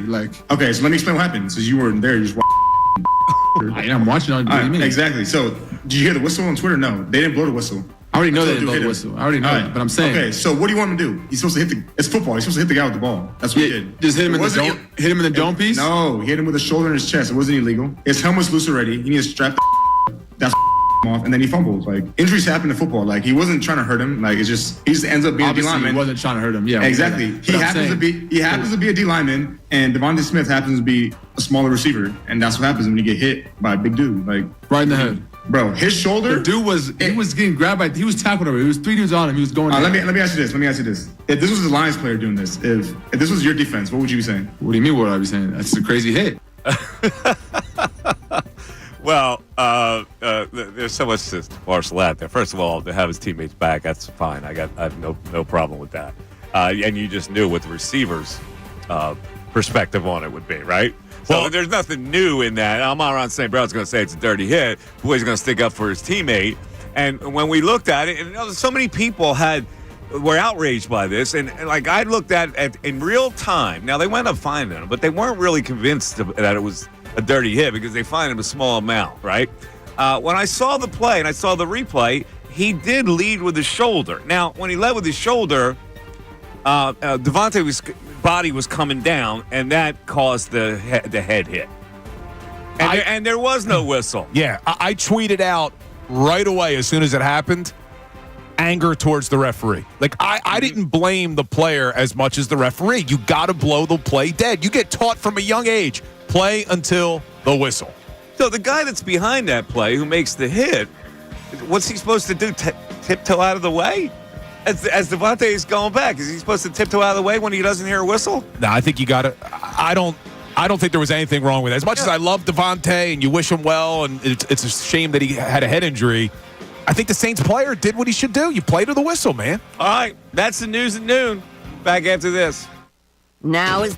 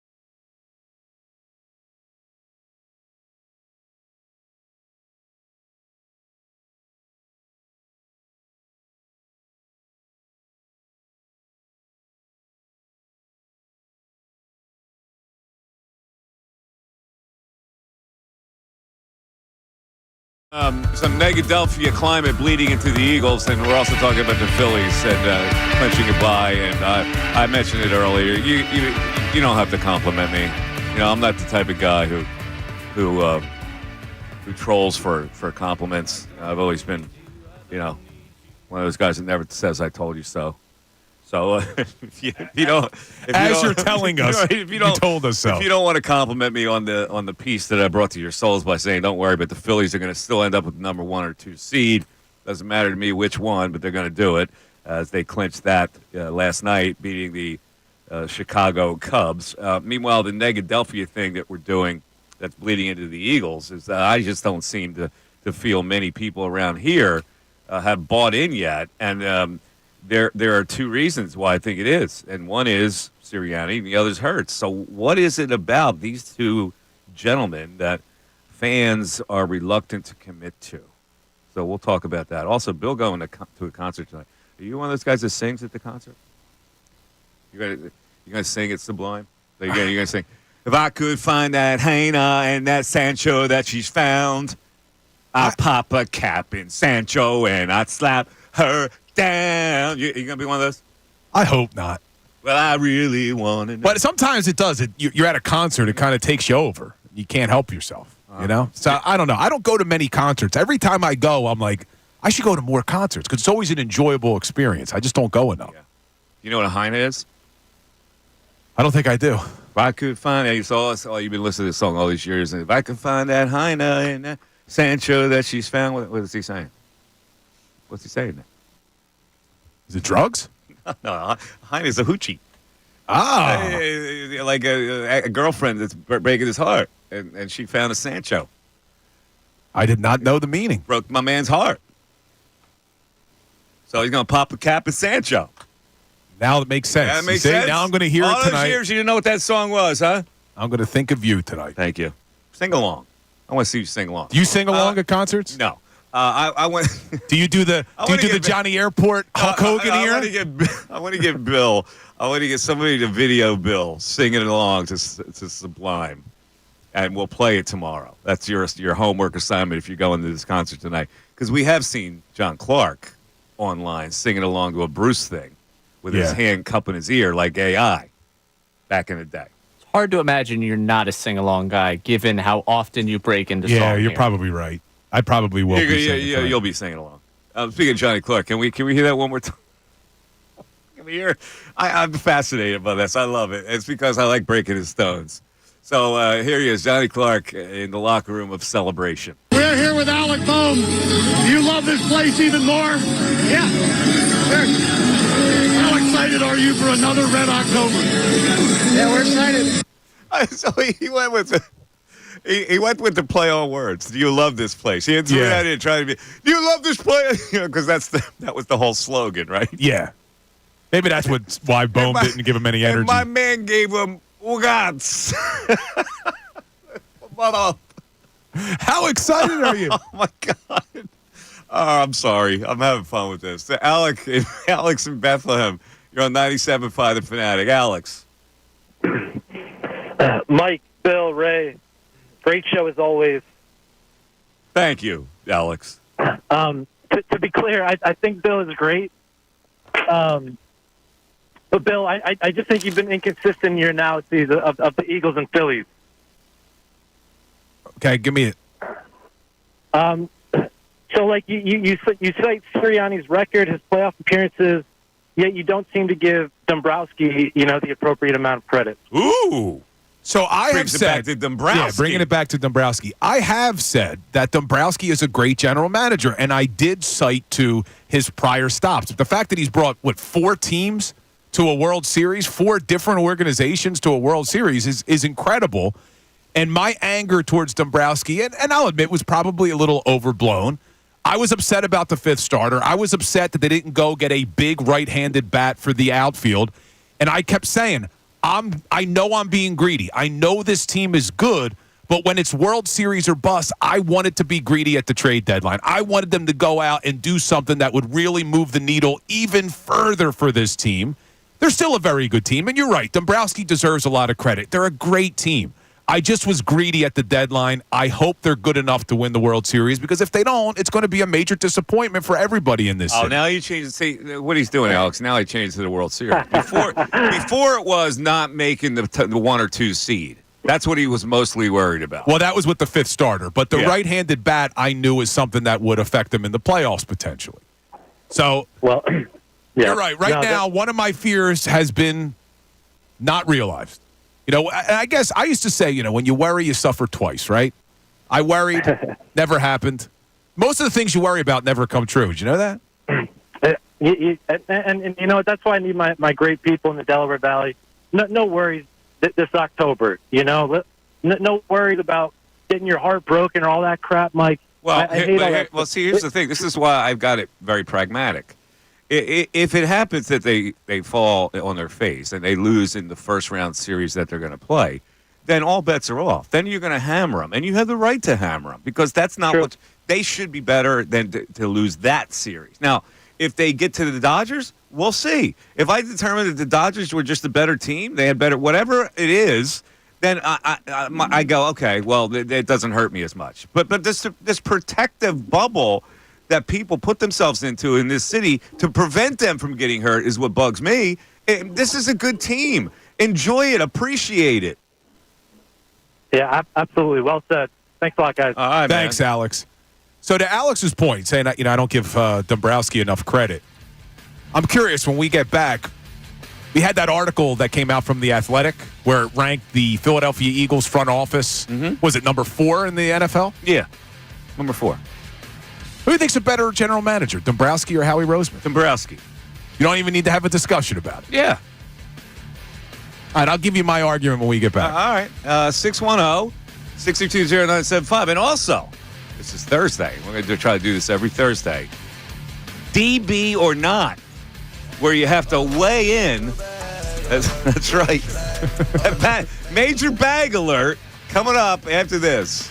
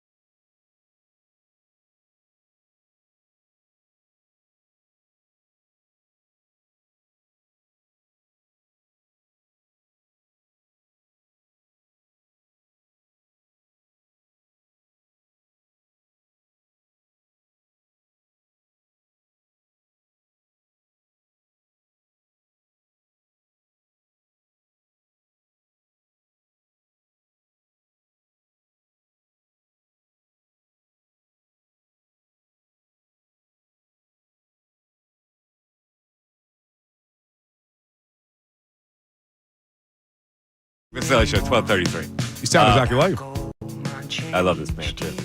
Chess Anyway, it's time for a DB or not. And then we're going to get into a couple of issues. Phillies and Eagles. So major bagler. So this is what DB or not is something that I don't have the answer to, but it's something I like to throw out there to the people who would have the answer collectively. And last week, our DB or not was a guy who was driving a red Tesla, and for some reason had to inform the people that it was a red Tesla by having a license plate that said red sled. I think the consensus was DB. Yeah, I think we all agreed on that. All right, so today's DB or not is this. A guy who either jogs or is doing yard work visible to the public with no shirt. Oh. DB or not? Okay. This is where we find out that Bill's done this. That's the most predictable thing in the world. Yeah, most exactly. predictable outcome. I'm going to be like, I can't really call him a DB because, like, I'm not in as good a shape now as I used to be. But there was, a few years ago, and I was single, ready to mingle before I met my beautiful wife. I was pretty shredded, and I would always, I'd run with no shirt on. You run with the no shirt. I don't make fun of guys who are in shape and go with no shirt. All right, let me tell you why. This is not even a question about DB, all right? Because the only reason you're doing that is to show people that you're ripped. What kind of thing? What kind of thing is that you need to show people? Oh, look at me! If it's look hot, at me! Look at this! I just worked out. Look at my bare chest. What I'm saying is, if it's hot. Oh, stop! If it's hot, you take off your shirt. Oh, seriously, that gives you that much cooling. No, here's what bothers me. Take off a shirt, a t-shirt. Here's what bothers me about this conversation. If the guy was doing yard work in no shirt and he wasn't in shape, nobody says a word. But if he's in shape, of course people say he's a word. DB. I'm sorry, look at this fool. That hairy, fat guy with no shirt on. Of course people are saying it. You wouldn't call him a DB, though. Of course you would. No, you wouldn't. Yes, you would. Absolutely would. There is absolutely no need to be on the streets with no shirt if you're a man. If you're running, you're saying? We're doing yard work. Doesn't matter what you're doing. What is the reason for it other than to show off, which is a totally pretentious move, which makes you a DB? Or not caring about your body, which makes you a DB. So I disagree. And I also think, look, if you work hard and you're in the gym and you're in shape, why shouldn't you take your shirt off? Enter a freaking contest then. Why shouldn't you take it off? Enter a contest. Show it off then. You got to show it off to the public? What do you get out of that? My vote here, maybe predictably. Oh, my God. No DB. No DB. Raymond? Total DB is my vote. I thought that the Sirianni crap was going to be the thing I disagree with you the most on. This is what I disagree with you most on. Come on. We need text on this because the YouTube chat is split. You got to be kidding me. This is not even you shouldn't even be thinking about this. This is not even a question. So this is an interesting difference that's been made here by Andy and Lambertville, which I actually think is the reverse. Jogging no shirt is DB. Yard work at your own property, non-DB. I would go the flip. Totally DB. When you're doing yard work on your property, you're sweating and you're getting flakes of branches and leaves and grass on you. Well, that's totally DB. I don't think you're being honest here. If the guy wasn't in shape, you'd have no problem with it. It's when the person's in shape, there's a jealousy, whether it's... I just gave you my blanket statement. No. There is no reason for any man to be baring his chest when you could just do the same thing with a little T-shirt on. What? I don't understand it. You're not going to cool yourself off that much more. Come on, Bill. Were you one of those meatheads that would jog with no shirt on? So just to show off? I was never a big jogger. But, I mean, I've done yard work with no shirt. Oh, my God. Yeah, stop. But if I'm down the shore, I mean, there's been times where I've gone for a run down the shore where, I'll do it with no shirt on. Well, if you're on the beach, that's different. If you're going through the streets, Yeah, I still don't have a problem. Yeah, with I think the running I can put aside. The yard work is come on. The running, Ray. Now, you know, Ray was a cross country I was guy. never shirtless. Okay, I'll be honest. I'm not showing off Ray too was much. a cross country. He looks like a runner. Yeah. So checks out. even Ray, it's like, come on, man. I don't know, man. I don't have a problem with it. See, I think that this is I don't like that when, and it happens a lot with men. I could see why you when don't a have a guy problem. is in shape. When a guy is in shape, people give them a hard time when they wear. I get made fun of for tight shirts on YouTube all Why the time. do you need to show people that you're in good shape? Why do you need to cover it up? Is my question. Because that's the norm. The norm is that normally you cover up. Are you going to go into a store like that? No. So the norm You're not is in a store. The norm is you're wearing a T-shirt. That's the norm. You're working out. You're doing yard work. You shouldn't have to put a shirt on. The yard work, like you said, branches, leaves. You cut yourself doing these things. You're putting yourself at unnecessary risk because you just have so much to show off. You think that everybody going by your property wants to see you. Ray, I'm startled to learn that Bill was one of them. You're startled? I really am. This was the least surprising thing in the world. I didn't think he would be that type of. I was not a big runner. I will do yard work with no shirt on. I just don't love. This has been a pet peeve of mine for a while. That men who are in shape get called DBs or ridiculed, whereas if someone was not in shape, I just got done it's no making a problem. blanket statement. It works either way. It's not all solely for the people in shape, but the fact that you do it because you're in shape makes you the DB. You don't see this? The fact that you do it and you want to show off. Well, I'm in better shape than my neighbor. I'm going to take my shirt off. I don't think that's what it is. Watch this. I think it's more of a confidence level where the guy who's not in shape would probably want to remove his shirt, but says, you know what, I don't want to because I'm out of shape. But the guy who's in shape's like, you know what, it's hot. I'm going to take my damn shirt off. And you have the confidence to do it, is basically the point. It's hot. So anyway. It's like putting on a mohair sweater to have a T-shirt on. Hold on, Steve Savino on our YouTube chat says, talking bread, eggs, refrigerated coffee, and shirtless Bill is a lot to take in a month and a half. It totally is. It really is. Got one of our own catching a stray here on the text line. Joe from the Northeast was the shirtless person Connor Thomas. Oh, that's probably. Hold on, my dad just weighed in, and he's probably right. He said, "You never did yard work in your life. You're lazier than me." That is probably an accurate statement. All right, we got some text. I'm sure we're going to get some text on this, and we're going to get some YouTube chat. But right now we got some Eagles text and Hurts text, and then we're going to tell you what Dan Orlovsky had to say. Well, I got to make my argument for why Roseman may be a better general manager. We'll get to that. Hold on to your shirt. Yeah. Oh, nice one, Mike. Thank you. Let's go. What are the texts? Can I do the show with no shirt in here? Stop, Is that allowed? please. It's getting a little hot in here, Ray. Get lost. Your wife's got to climb in on this. She needs to call. I don't know if she's listening now. She was in the chat earlier. Obnoxious meathead, musclehead. All right, go ahead, Ray. Mike from Malvern. The thing is, Jalen is turning the ball over. He's not getting better at protecting the ball. And he does escape the pocket. He's leaving early, rolling right, throwing an impossible ball on the sideline that amounts to nothing. Maybe he's not the 15th ranked quarterback, but is he really better than some of those guys at this point? Well, is he better than the... he's better than a lot of the quarterbacks that were ranked ahead of him on this list. Is he better right now than Justin Herbert? I mean, the guy had 400-something yards last week. Is he better than Dak Prescott? How do you rank Dak Prescott ahead of him? Yeah, I mean... How do you rank Justin Herbert, Dak Prescott? Who else is... I would put him above Kyler Murray. I'm not a Murray fan either. I know he's Kyler played Murray, well, they're all ranked ahead of him. Baker Mayfield's above him. C.J. Stroud had a bad game last week. Okay, I can see the fascination with him. Joe Burrow right now? Brock Purdy? A lot of what this is, and this is part of the reason why I think the Jalen Hurts haters continued to hate even when he was playing well, is people don't like being wrong. So coming out of college, everybody had Justin Herbert. Oh, look how great he is. Well, he hasn't really produced at the NFL level, and we make excuses for him. Mm-hmm. Oh, well, it's his coaches. It's this, it's that. Same thing with Trevor Lawrence. Maybe it's time that we accept that Trevor Lawrence isn't very good. But with Jalen, I think there were a lot of people when the Eagles drafted him in the second round who said this guy's never going to be an NFL quarterback, and they look for every opportunity to keep knocking him down on their list. That's fair. That could be. Okay. Let's see. What was we had another Hertz text or no?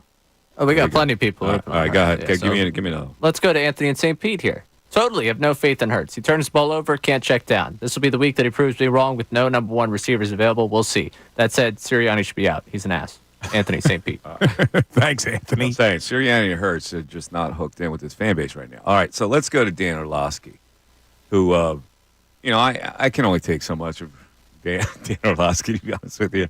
And, the fact that he's got these weird food taste, and he's the type of guy who would put ketchup on spaghetti. I didn't see that. He's got terrible food. Ketchup on spaghetti? He puts ice cubes in red wine. He's a true Medigan. He has no concept on food, and he's proud of it too. And he throws it out there all the time. So right away, you don't just respect turned food. me on him. When your guy doesn't respect food, I got no respect for you. But he is a former quarterback in the league, and he has some decent analysis every now and then. So here's what he had to say about Jalen Hurts.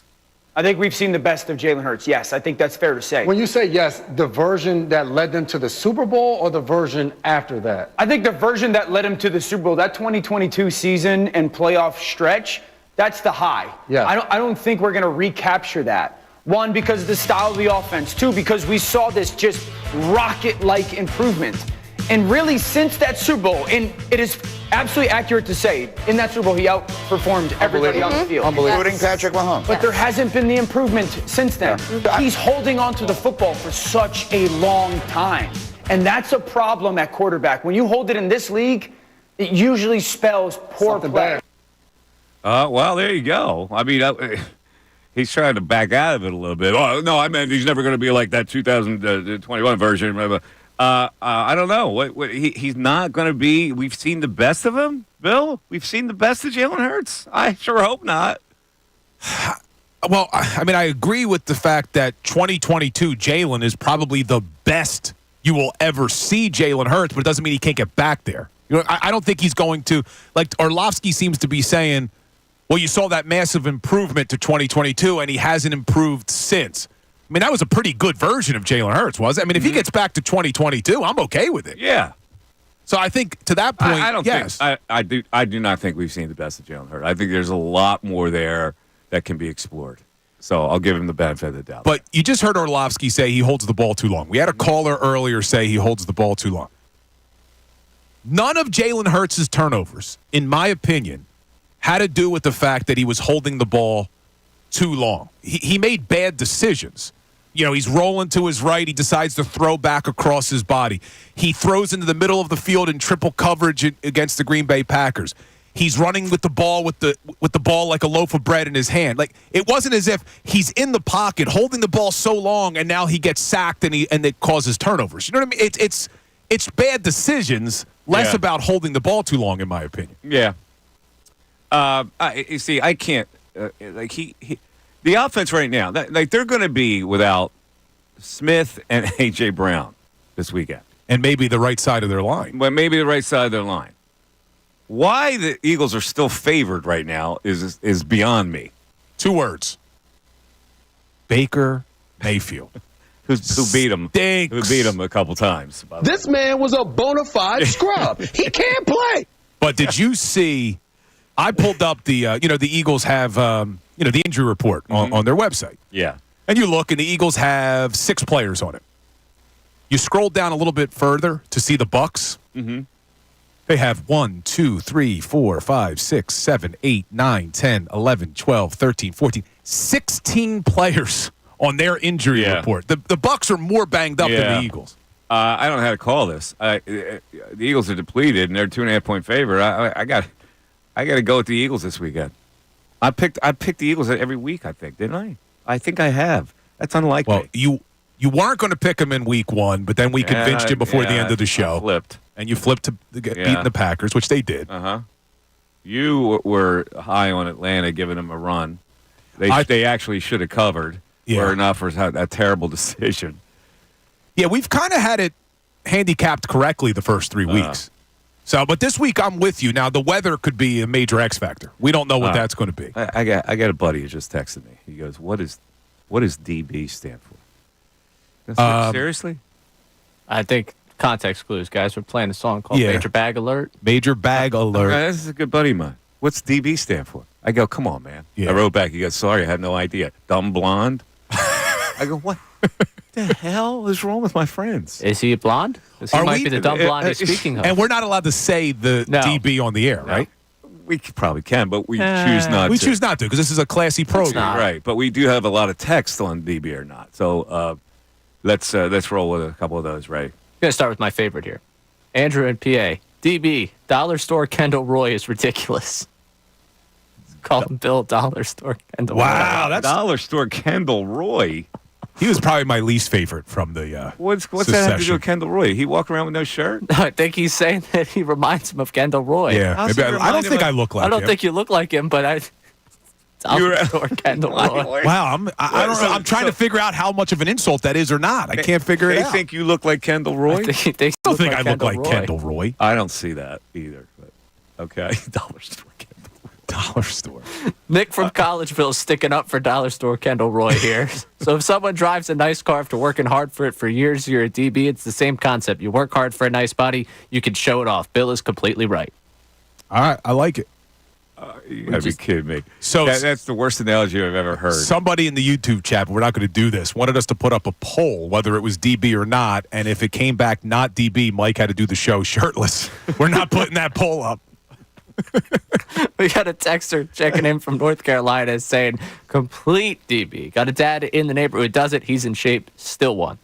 But see, this is the thing about even if you're in shape, you feel the need to show people you're in shape. That's so pretentious. It's like, well, dude, I get it. You're in good shape. Be happy with yourself that you got yourself in good shape. Now wear a T-shirt.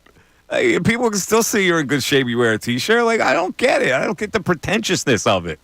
It's not. It's just. It is. If you're going for a run, you're doing yard work, it's hot. You take off your shirt. Stop not with a the big hot. deal. It's not. The hot has nothing to do with it. Nothing. Because there's nothing like sweating through a T-shirt. That feels good. Actually. Justin in Jersey, you don't keep a nice car in the garage. There you go. Look, there is something to be said. Like if you work really hard and you're eating right and you're hitting the gym all the time, you don't want to cover up all the time. You don't want to have a shirt on all the time. Oh my God. You can't see the abs Right. through a shirt. Suppose you drive a nice car with no shirt. What's that do? Yeah, that's like, I guess, double DB. Is that double DB? That's what Connor did. That's why that texter checked in, because Connor drove shirtless. No, Connor actually referred to it not shirtless. Connor referred to it topless. Like you can't say topless. Poor Connor. We're going after Oh him my this week. God! All right, well, we're gonna take inventory of these texts. See how many people think it's okay to just just running around with no shirt so I could show everybody my nipples. When a guy is fat and he takes his shirt off, it's like, oh, look how funny it is. A guy's in shape, he takes his shirt off. It's like, what a DB. I don't think cover it up. I don't think it's funny at You all. are so oppressed, when somebody who's not in shape is walking around with no shirt. That's not amusing to me at all. It's not even close to be amusing. To some, it is. 610-632-0975. Back after this.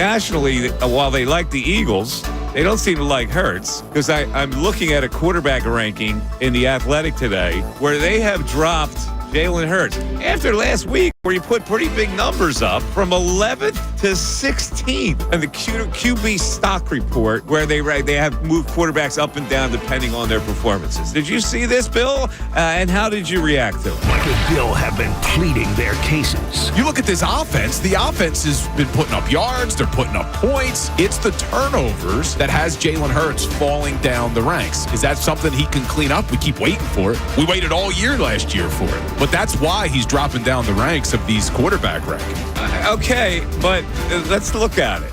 Because here's what the rankings are. Sam Darnold, Baker Mayfield at 14, Geno Smith at 15, before you get to Jalen Hurts at 16, and he's one spot ahead of Justin Fields.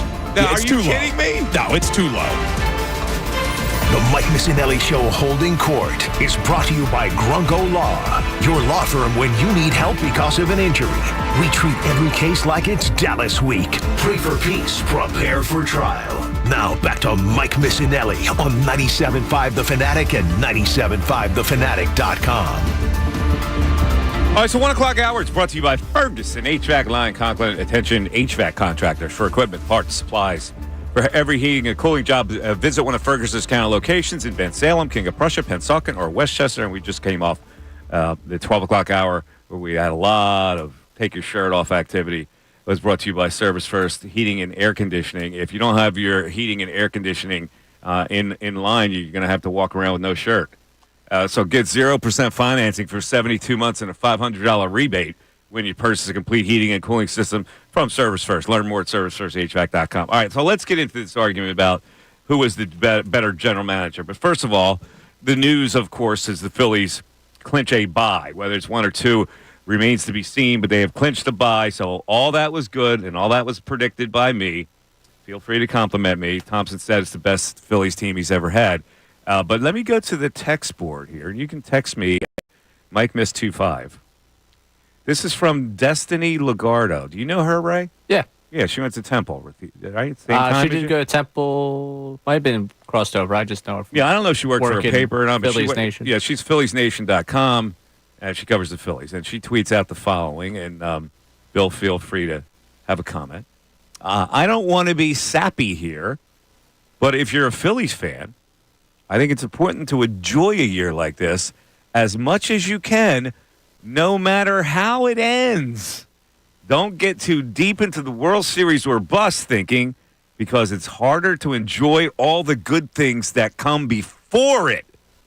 Bill, your reaction to that tweet? This is Philadelphia. You know, I mean, we're not living in Missouri or in the Midwest somewhere where it's like, you know what? Great effort, everybody. I mean, I agree with her. Enjoy it in the moment. But you're not going to look at this season as a success if they don't win a World Series. You're not going to look back and say, man, that was a fun year. You're right. So this is the way I would have written this tweet. I don't want to be sappy here, but if you're a Phillies fan, I think it's important to enjoy this year. Stop. Yeah, that's it. Stop. Then you don't have to go any further to say, no matter how it ends. You got to be kidding me. If it ends in a first-round defeat after you sit at the bye, people are going to be screaming in this town. Oh, and that would be a total disappointment. You couldn't enjoy a season that ends after the first series. Now, if you get to the Dodgers, it goes 7, and you just realize the Dodgers play better than you or whatever happens, and you go, you know what, I'm disappointed, but I could see where that could happen, just like I could see where Houston could beat them, and certainly not the Diamondbacks. So there are two ways of looking at it. Well, you can resign to the fact maybe Houston was a better team. Sorry, we lost the World Series. But you can't say that after they lost to the Diamondbacks last year. That was total devastation.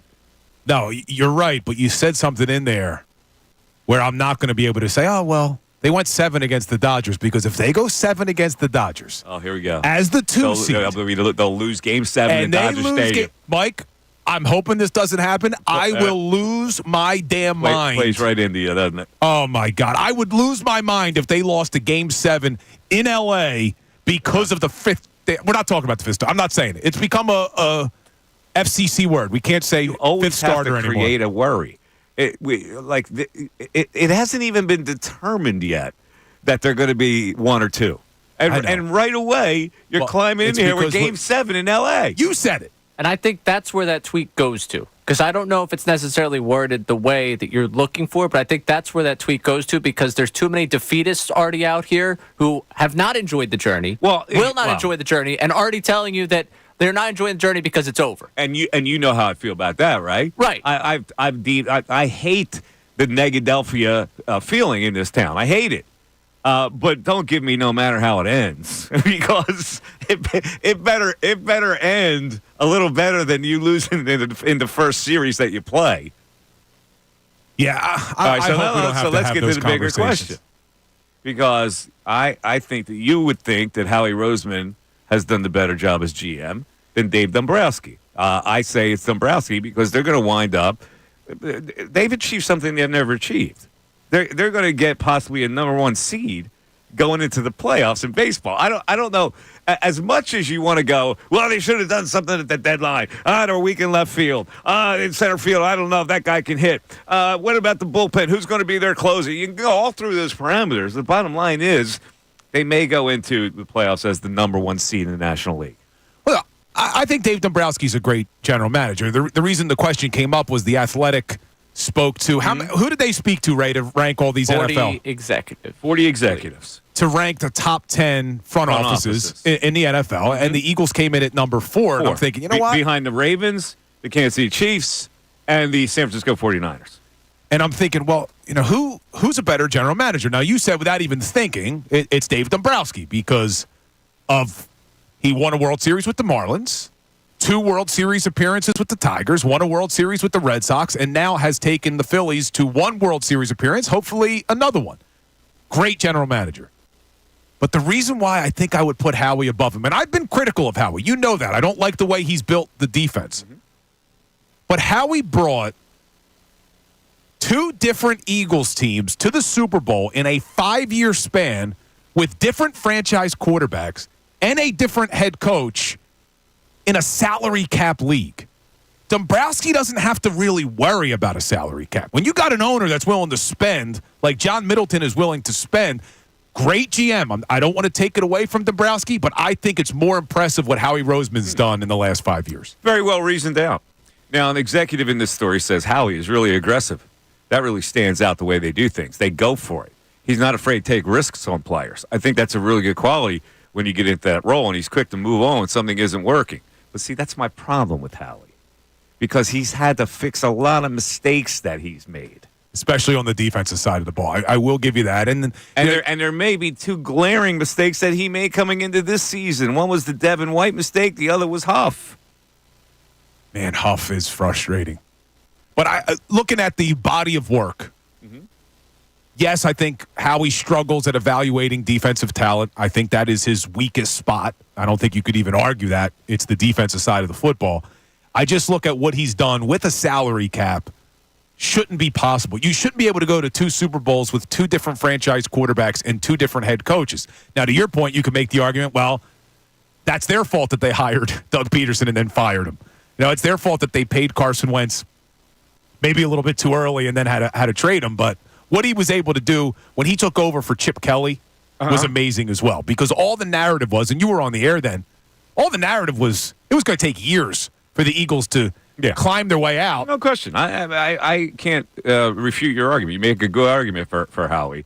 But see, I'm looking at a guy who is now escorting this particular team, who everybody was uncertain about. All year long, you had to put up with this uncertainty. Oh, this clenched cheeks of the Philadelphia fan base on what was wrong. Oh, my God, they got to do this. They got to do that. This team stinks. Look, they hit a wall. They had a bad spell in the middle of the year. Not realizing that everybody does have a bad spell. Great teams in baseball have bad spells because baseball is frickin' hard. And you got to play 162 games. And if you think you can go through an entire season without hitting walls, you're crazy.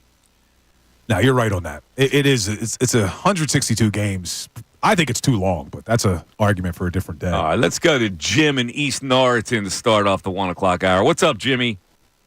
Hey, guys. So I do a lot of bike riding down on the river trail, Schuylkill River Trail, and I'm a big guy myself, so I always have a shirt on. I mean, I don't take my shirt off unless I'm in my bathroom. And the way I look at it is it's a total DB move. I mean, unless you're Ryan Reynolds or Usher, somebody like that, keep your shirt on. I don't care what you're doing. You got the love handles, chicken chest, no tan. Keep the shirt on. I mean, come on. Well, see, you're making Bill's point. Yeah. So if you're jacked and tanned, just walk around and show everybody like I'm Francesco Colombo. It's a little less. I mean, I can tolerate it. All right, but the other guys. I mean, come on. And then on a related topic, how about the naked guy at the gym in the locker room? I mean, put some clothes on, cover up with a towel. I mean, come on, dude. Yeah, unfortunately, playing sports my whole life, I got used to that. You get used to you that. do. I walking around butt naked in a locker room is indigenous if you've played sports. But I agree with you. If you're at the Y, I like the old guys. That's what I mean. The old guys. The old guys who have never in their lives trimmed the pubes, right? They walk around with like stalks of broccoli hanging there, and they go over to the sink. You ever see the guys that use the blow dryer on the pubes? No, I've never seen that. Oh, yeah. Is that real? It's certainly real. I have never seen that. I hear you, Jim. Thanks, Jim. All right, guys. All right, man. Well, I've never seen that. You never seen that? You ever see guys blow dry their butt crack? No, come on. Oh, I'm telling you, dude. They got to get the Manscaped. They give you a little squat. They go behind there. I'm telling you, the Manscaped is life-changing. You old guys don't know about the Manscaped. Oh, I'm talking about gray pubescence. But they're blow drying? Yes. 610-632-0975. We're back after this.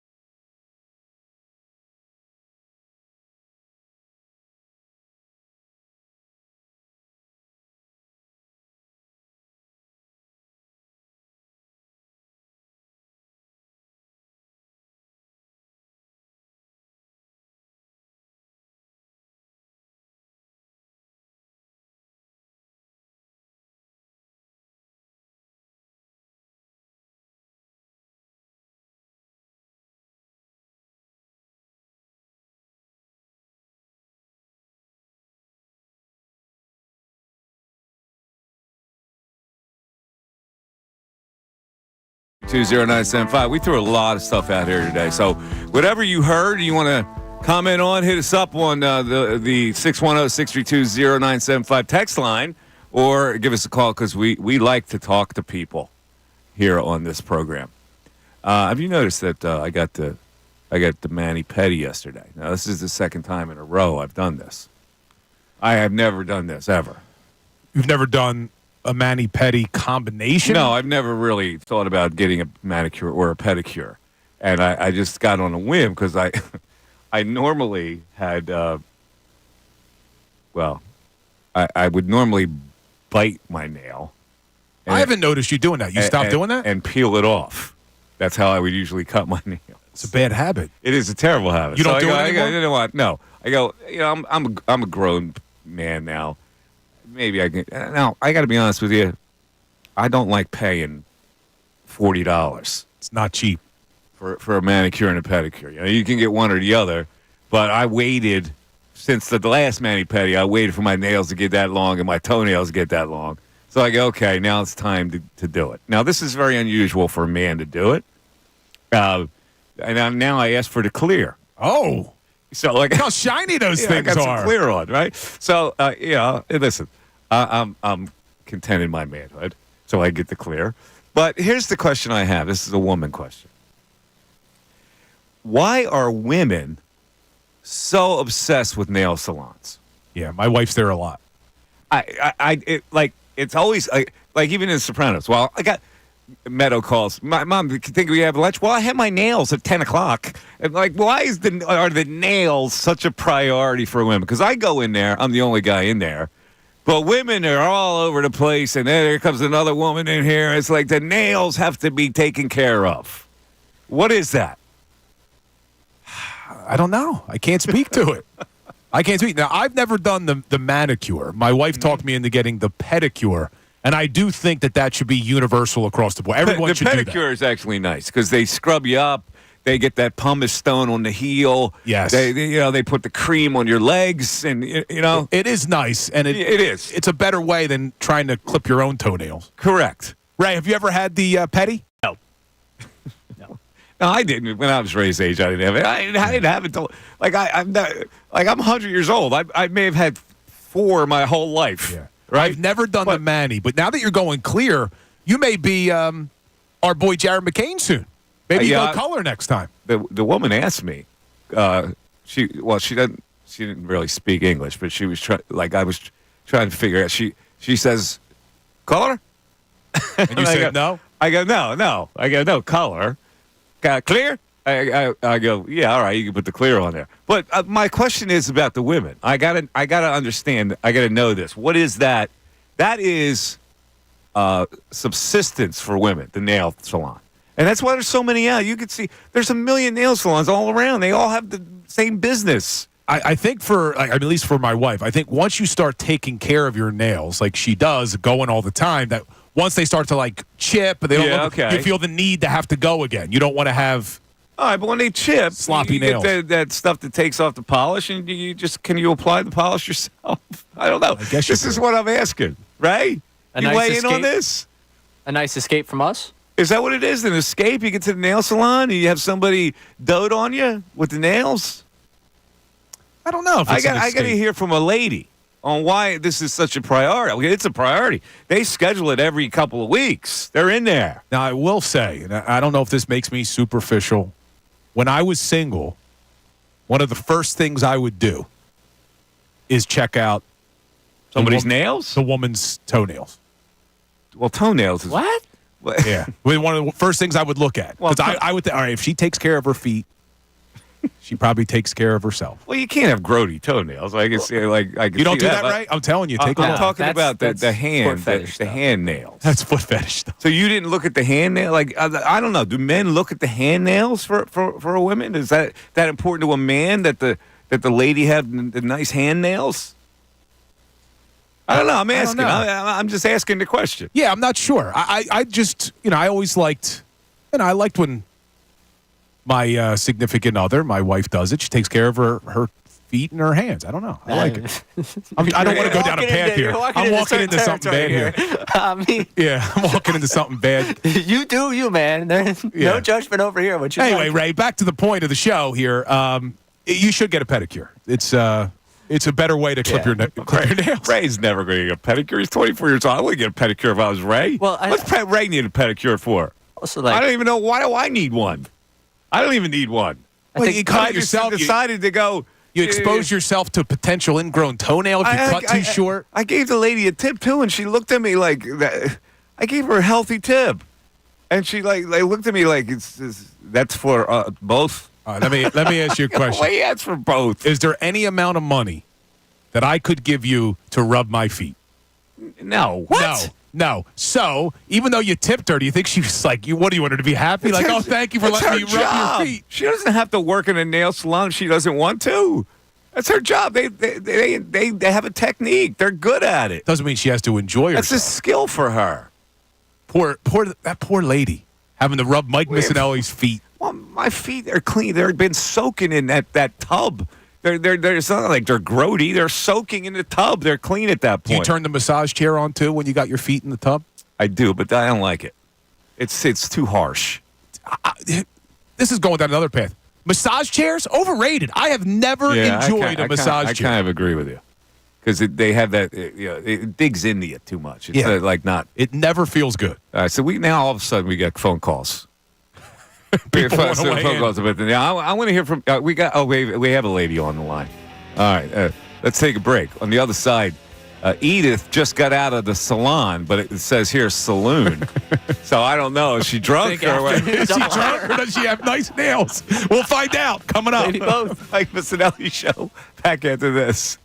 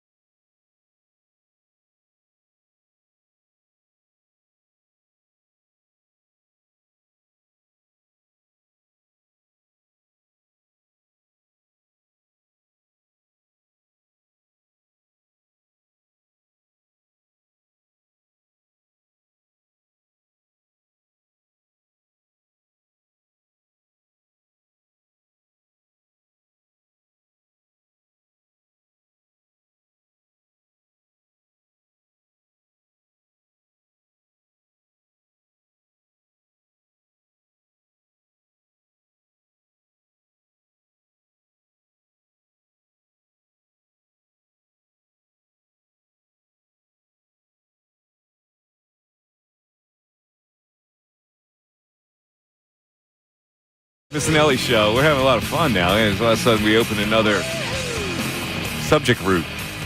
Yeah, a lot of people went in. A lot of people. So we went have in. Braden and Brandon back there, and Braden writes. He's the one writing on the computer. Who's next? Nope. Right? Brendan and Brandon. Oh, Brendan. I'm sorry. Brendan and Brandon. Brendan and Brandon, and then we got Brendan in the morning. There's too many Brendans. Yeah, we have Brendan. So Brendan writes, Edith on a cell just got out the saloon.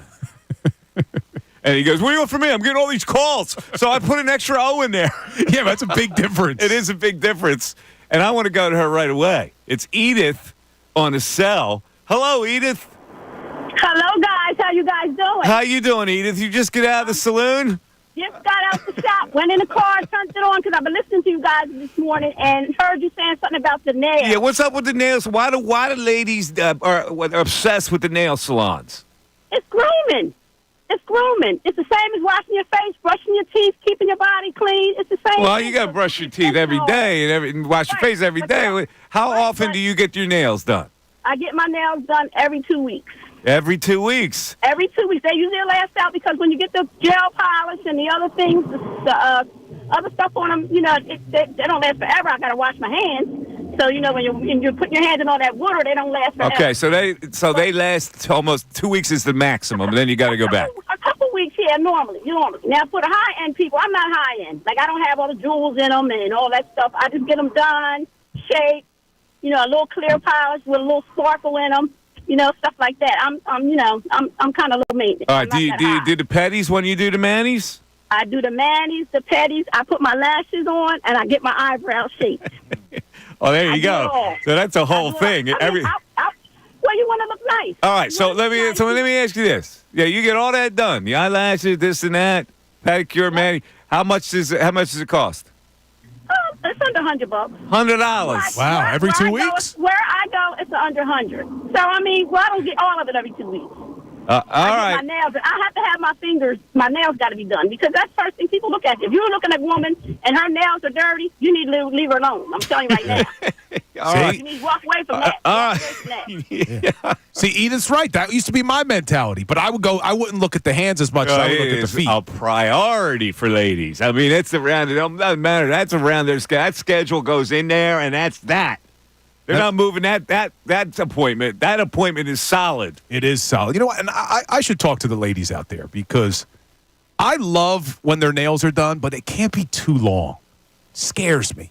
Don't you think it scares men away when you got too long of nails? You know what I'm talking about? Have you ever seen the real long nails, Mike? Yeah. You get a little intimidated, don't you? I don't know. Right, you know what I'm talking about? You've seen the long nails. There's like a value to those nails. Yeah. You know what I'm saying? Yeah, that was Alanis Morissette referred to in one of her songs. Which one? You ought to know. No, yes. Was it You Ought to Know? Every time I scratch my mind, you know what I'm saying. You know that song. Yeah, I'm trying to think what is that one song, Alanis Morissette? I'll speak to just, I don't know. You don't know Maybe, what it is? I'm speaking more to your side on this one, though. I catch the drift of where you're going, and I think she's yelling at the boyfriend who broke her heart. He's with another lady now. Is that Dave Courtier from Full House? It might be about him. I don't know. Is it You Ought to Know? Oh, Could be I'm You finding it. You Ought to Know. Yeah, it is You Ought to Know. You Ought to Know. Yeah, there you go. So what's the lyric? I'm finding it. All right, it's good. Vineet on the cell. What's up, Vineet? You're on 97.5 The Fanatic. Hey, Mike, Bill. Vineet, how you doing, buddy? Good, man. Mike, I don't know if I told you, I'm part of the Penn State family now. My son started aerospace engineering at Penn State. He's a freshman. Oh, that's excellent. Aerospace engineering. Yeah, and, Penn State's ranked in the top, almost top 10. It's like 11 or 12 right now. So it's a really good program at Penn State main campus. I'm going to my first Penn State game. It's going to be the night out game. Oh, good for you, man. You're going to have fun up there with your son going up there. Couldn't he pick a more difficult major, though? Yeah, I know. What's that? Yeah, it's a little highbrow for both of us, that major. Well, I did comp science. He loves physics and math. He was an all-nation scholar, so merit scholar, so he wanted to be so close to home, and this worked out fine. That's perfect for you. That would be a lot of fun for you going up there. Exactly. so happy with the Phillies, but I'm with you guys. I don't think anything short of getting to the World Series is going to be a kind of disappointment. But the most important point I called about was Sirianni, Mike. And I don't know, he's a very emotional guy, but I feel like he can be emotional, but it's not necessarily a bad thing. But I feel like he lacks maturity to deal with certain types of situations. And this whole thing with the coach, Dan, about so what, now what, I'm not even sure who the audience was, the players, the journalists, the fans. And my concern is, short of a couple of positions of defense, this is a very good roster, and we have a very short window to use it. And I don't know if he's the right person that can take us to that Super Bowl and especially win it. And I would like to see what Bill and you think, that is more to be seen here, or you think, like you said, this year we'll watch what he does, or you guys don't think he'll help us get there? I got it. Like, my eyes are wide open. I said this at the start, Vineet. My eyes are wide open for both the coach and the quarterback. And so this is what we'll do. We'll just watch how this goes and take it from there. Mike, I'm getting on a flight tonight, for a very long flight. I've downloaded all your podcasts, so looking forward to catching up on it, man. Beautiful. But where are you headed? Vineet? Going via London to Mumbai for a couple of weeks. Oh my God, you're doing the Mumbai trip, huh? Oh, yeah. Well, I did the Indian trip. That was a 24-hour jaunt. It is. It's tough. 24 hours. Yep. And the way back we'll go via Singapore. So that's going to be even longer. But my brother turns 50, so I'm going to go celebrate. Oh, good for you. All right, Vineet. Safe travels. Vineet. Yeah, I did that India. I was in India. Did I ever tell you I went to India? Oh, hold on. There we go. Ray helped you out, I think. Ray helped me out. Yeah, fat-fingered it. Yeah, you told me about that trip. Well, it was a fascinating trip of my life, going to India. But it was long. Yeah, I went to the Philippines, which was about a 24-hour journey. I'll tell you what, though. I mean, I was lucky enough because it was a business trip. We flew business class. Mm-hmm. I didn't want to get off the plane, man. I had no problem with the 24 hours. You got that little hub that you're in. I didn't have that to go to India. Yeah, so that would be a tough journey. But I flew Qatar Airways, on-demand dining. Anytime you wanted, you just buzz, and it was like a 5-star restaurant. I've been in the pod before, but not on an India trip, which was a mistake. But, I mean, look, it's not cheap. I only did it because it was a business trip. But if you're going to be on a plane for 24 hours, you got to spend the money. I'd never do that again without, it's tough, having man. a first-class situation. So, like, his son, like, how would you like to have a son that smart? Major in that, right? I did interview this woman named Colleen Fitzpatrick from my podcast, who's the DNA expert. So I'm looking at her background, right? She's got a BA in physics, an MA and PhD in nuclear physics, and she worked for NASA. And so she decided then to go into forensic genealogy like that and clicked her fingers. Like, I go, wow, these people that are so brilliant. Yeah, some people are smart, man. She literally was a rocket scientist. Literally. Yes. Yeah. Jerry L. on a cell. What's up, Jerry L.? Michael, how are you? How you doing? Maybe that physicist can figure out the nail question, because that's how big that question is. Everybody who calls this station, has an opinion, knows everything. Mike, guys don't know the answer to that question. The nail salon question? Yeah. Well, that's why I brought it up, because listen, I'm novice in a salon, right? I've done it a couple times, but I'm looking around, I'm going, man, these ladies take it seriously. Oh yeah, I won two manicure or pedicures, and that's the only time I ever went. Everything you expressed, I do the same thing. I'm a little hinky on it. Yeah, well, now I'm not. Now I broke through. I just don't. It's a little costly for me, a former nail biter, to have to drop $50 on a petty mani. You know what I'm saying? Don't they ask you that before they start? No, they don't. I know that, and they bully me. These ladies, they don't speak English. They bully me. They're yanking my foot out. They're pushing my foot in. I'm like, I don't know what to do. Real quick, Bird's points. I'm looking if there's any upside to what happened. I like maybe getting the first looks at the Gene with a few returns here and there. And speaking of returns, I think the injury that's going to hurt him a little bit, because he'd have thrown the Covey 10 times, is the Covey industry. Yeah. Injury. Injury. That when he's Britton throwing Covey? the ball, he likes throwing the ball to Britton Covey, Mike. Well, this year he did. He hadn't thrown it to him for 2 straight years. Well, they're going to miss him. Listen, they're going to miss him returning punts because he was the best in the league last year. Now they're going to have to put the other. I think they're going to put the other sacrificial Caucasian back there to return punts, right? Because Cooper DeJean did it last week. Yeah, Mike. Before you get to the girls, the only thing I can think of is our nails are kind of permanent jewelry, and babes like jewelry. Take care. Yeah, all right. I guess. I like I say, I don't know what it is. I'm wide open with it. So, yeah, it's a phenomenon that I would like to learn about because now, if I'm going to walk in there and I'm going to be surrounded by the ladies, I know how serious they take it. And appointment, I'll walk in. Appointment? Yeah. No, I'm sorry, I don't have an appointment. You should make the appointment so you don't have to wait around. I didn't wait around. I was walking. I went at 5 o'clock, strategically. Who's in there at dinner time? I walk in there. There's kind of a lot of ladies in there at 5 o'clock. Hold on, switching gears real quick. He talked about Britton Covey. Mm-hmm. From our good friend Dave Zingaro over at NBC Sports Philly. Britton Covey spoke in the locker room today. He suffered a fracture in 2 spots in his shoulder. Doesn't need surgery. Expected to be out 6 weeks. And then to your point, Britton Covey said he's excited to see Cooper DeJean return punts in his absence. Yeah, there you go. Cooper DeJean was a stud at Iowa. Throw the white kid back there to get demolished.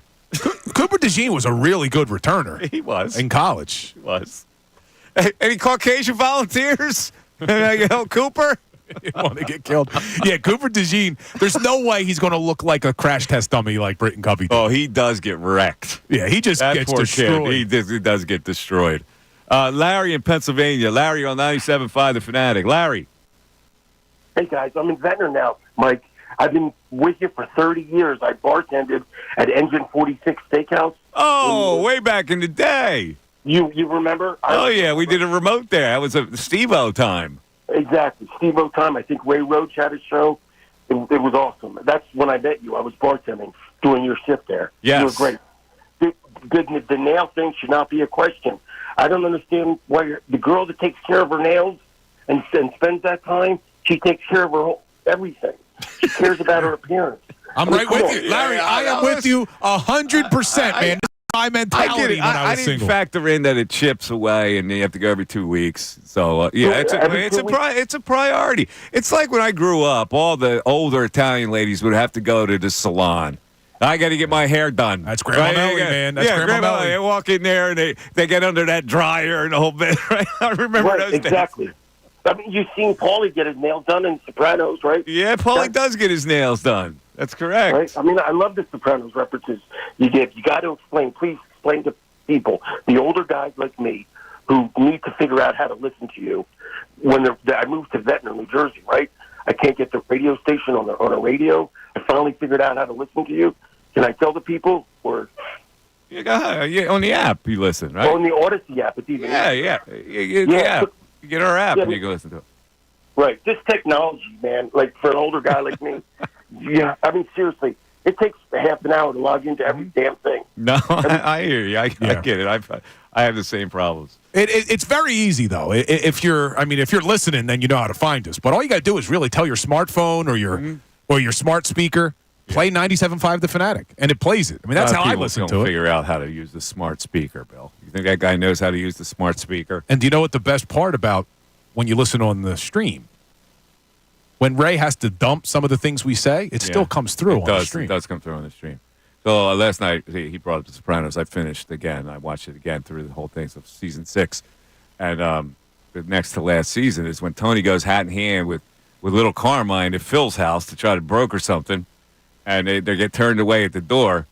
And Phil yells at him, "That's right, get away." And then little Carmine goes, "Uncle Philly." And he goes, Uncle Philly, my ass. Has that guy, I don't know the name of the actor who plays Phil in that, but Phil Leotardo? Yeah, has he been in anything that wasn't a mob movie or a mob show? I don't think so. He was in Spike Lee's Do the Right Thing. He was driving a Cadillac down the street, and the kids was turned the fire hydrant on him. And did he play Spike Lee Do the Right Thing? But he played in an Italian gangster? He was just in a Cadillac drove by. The implication was he was probably a gangster. Gotcha. So we mentioned Grandma Melly. His name's Frank Vincent. We mentioned Grandma Melly with the nails. Mm-hmm. She also always drove a caddy. Oh, she did? Always had a Cadillac. She was Italian hardcore. Oh, yeah. Always had the Grandma Cadillac. Melly. Get the hair done. I got to get my hair done.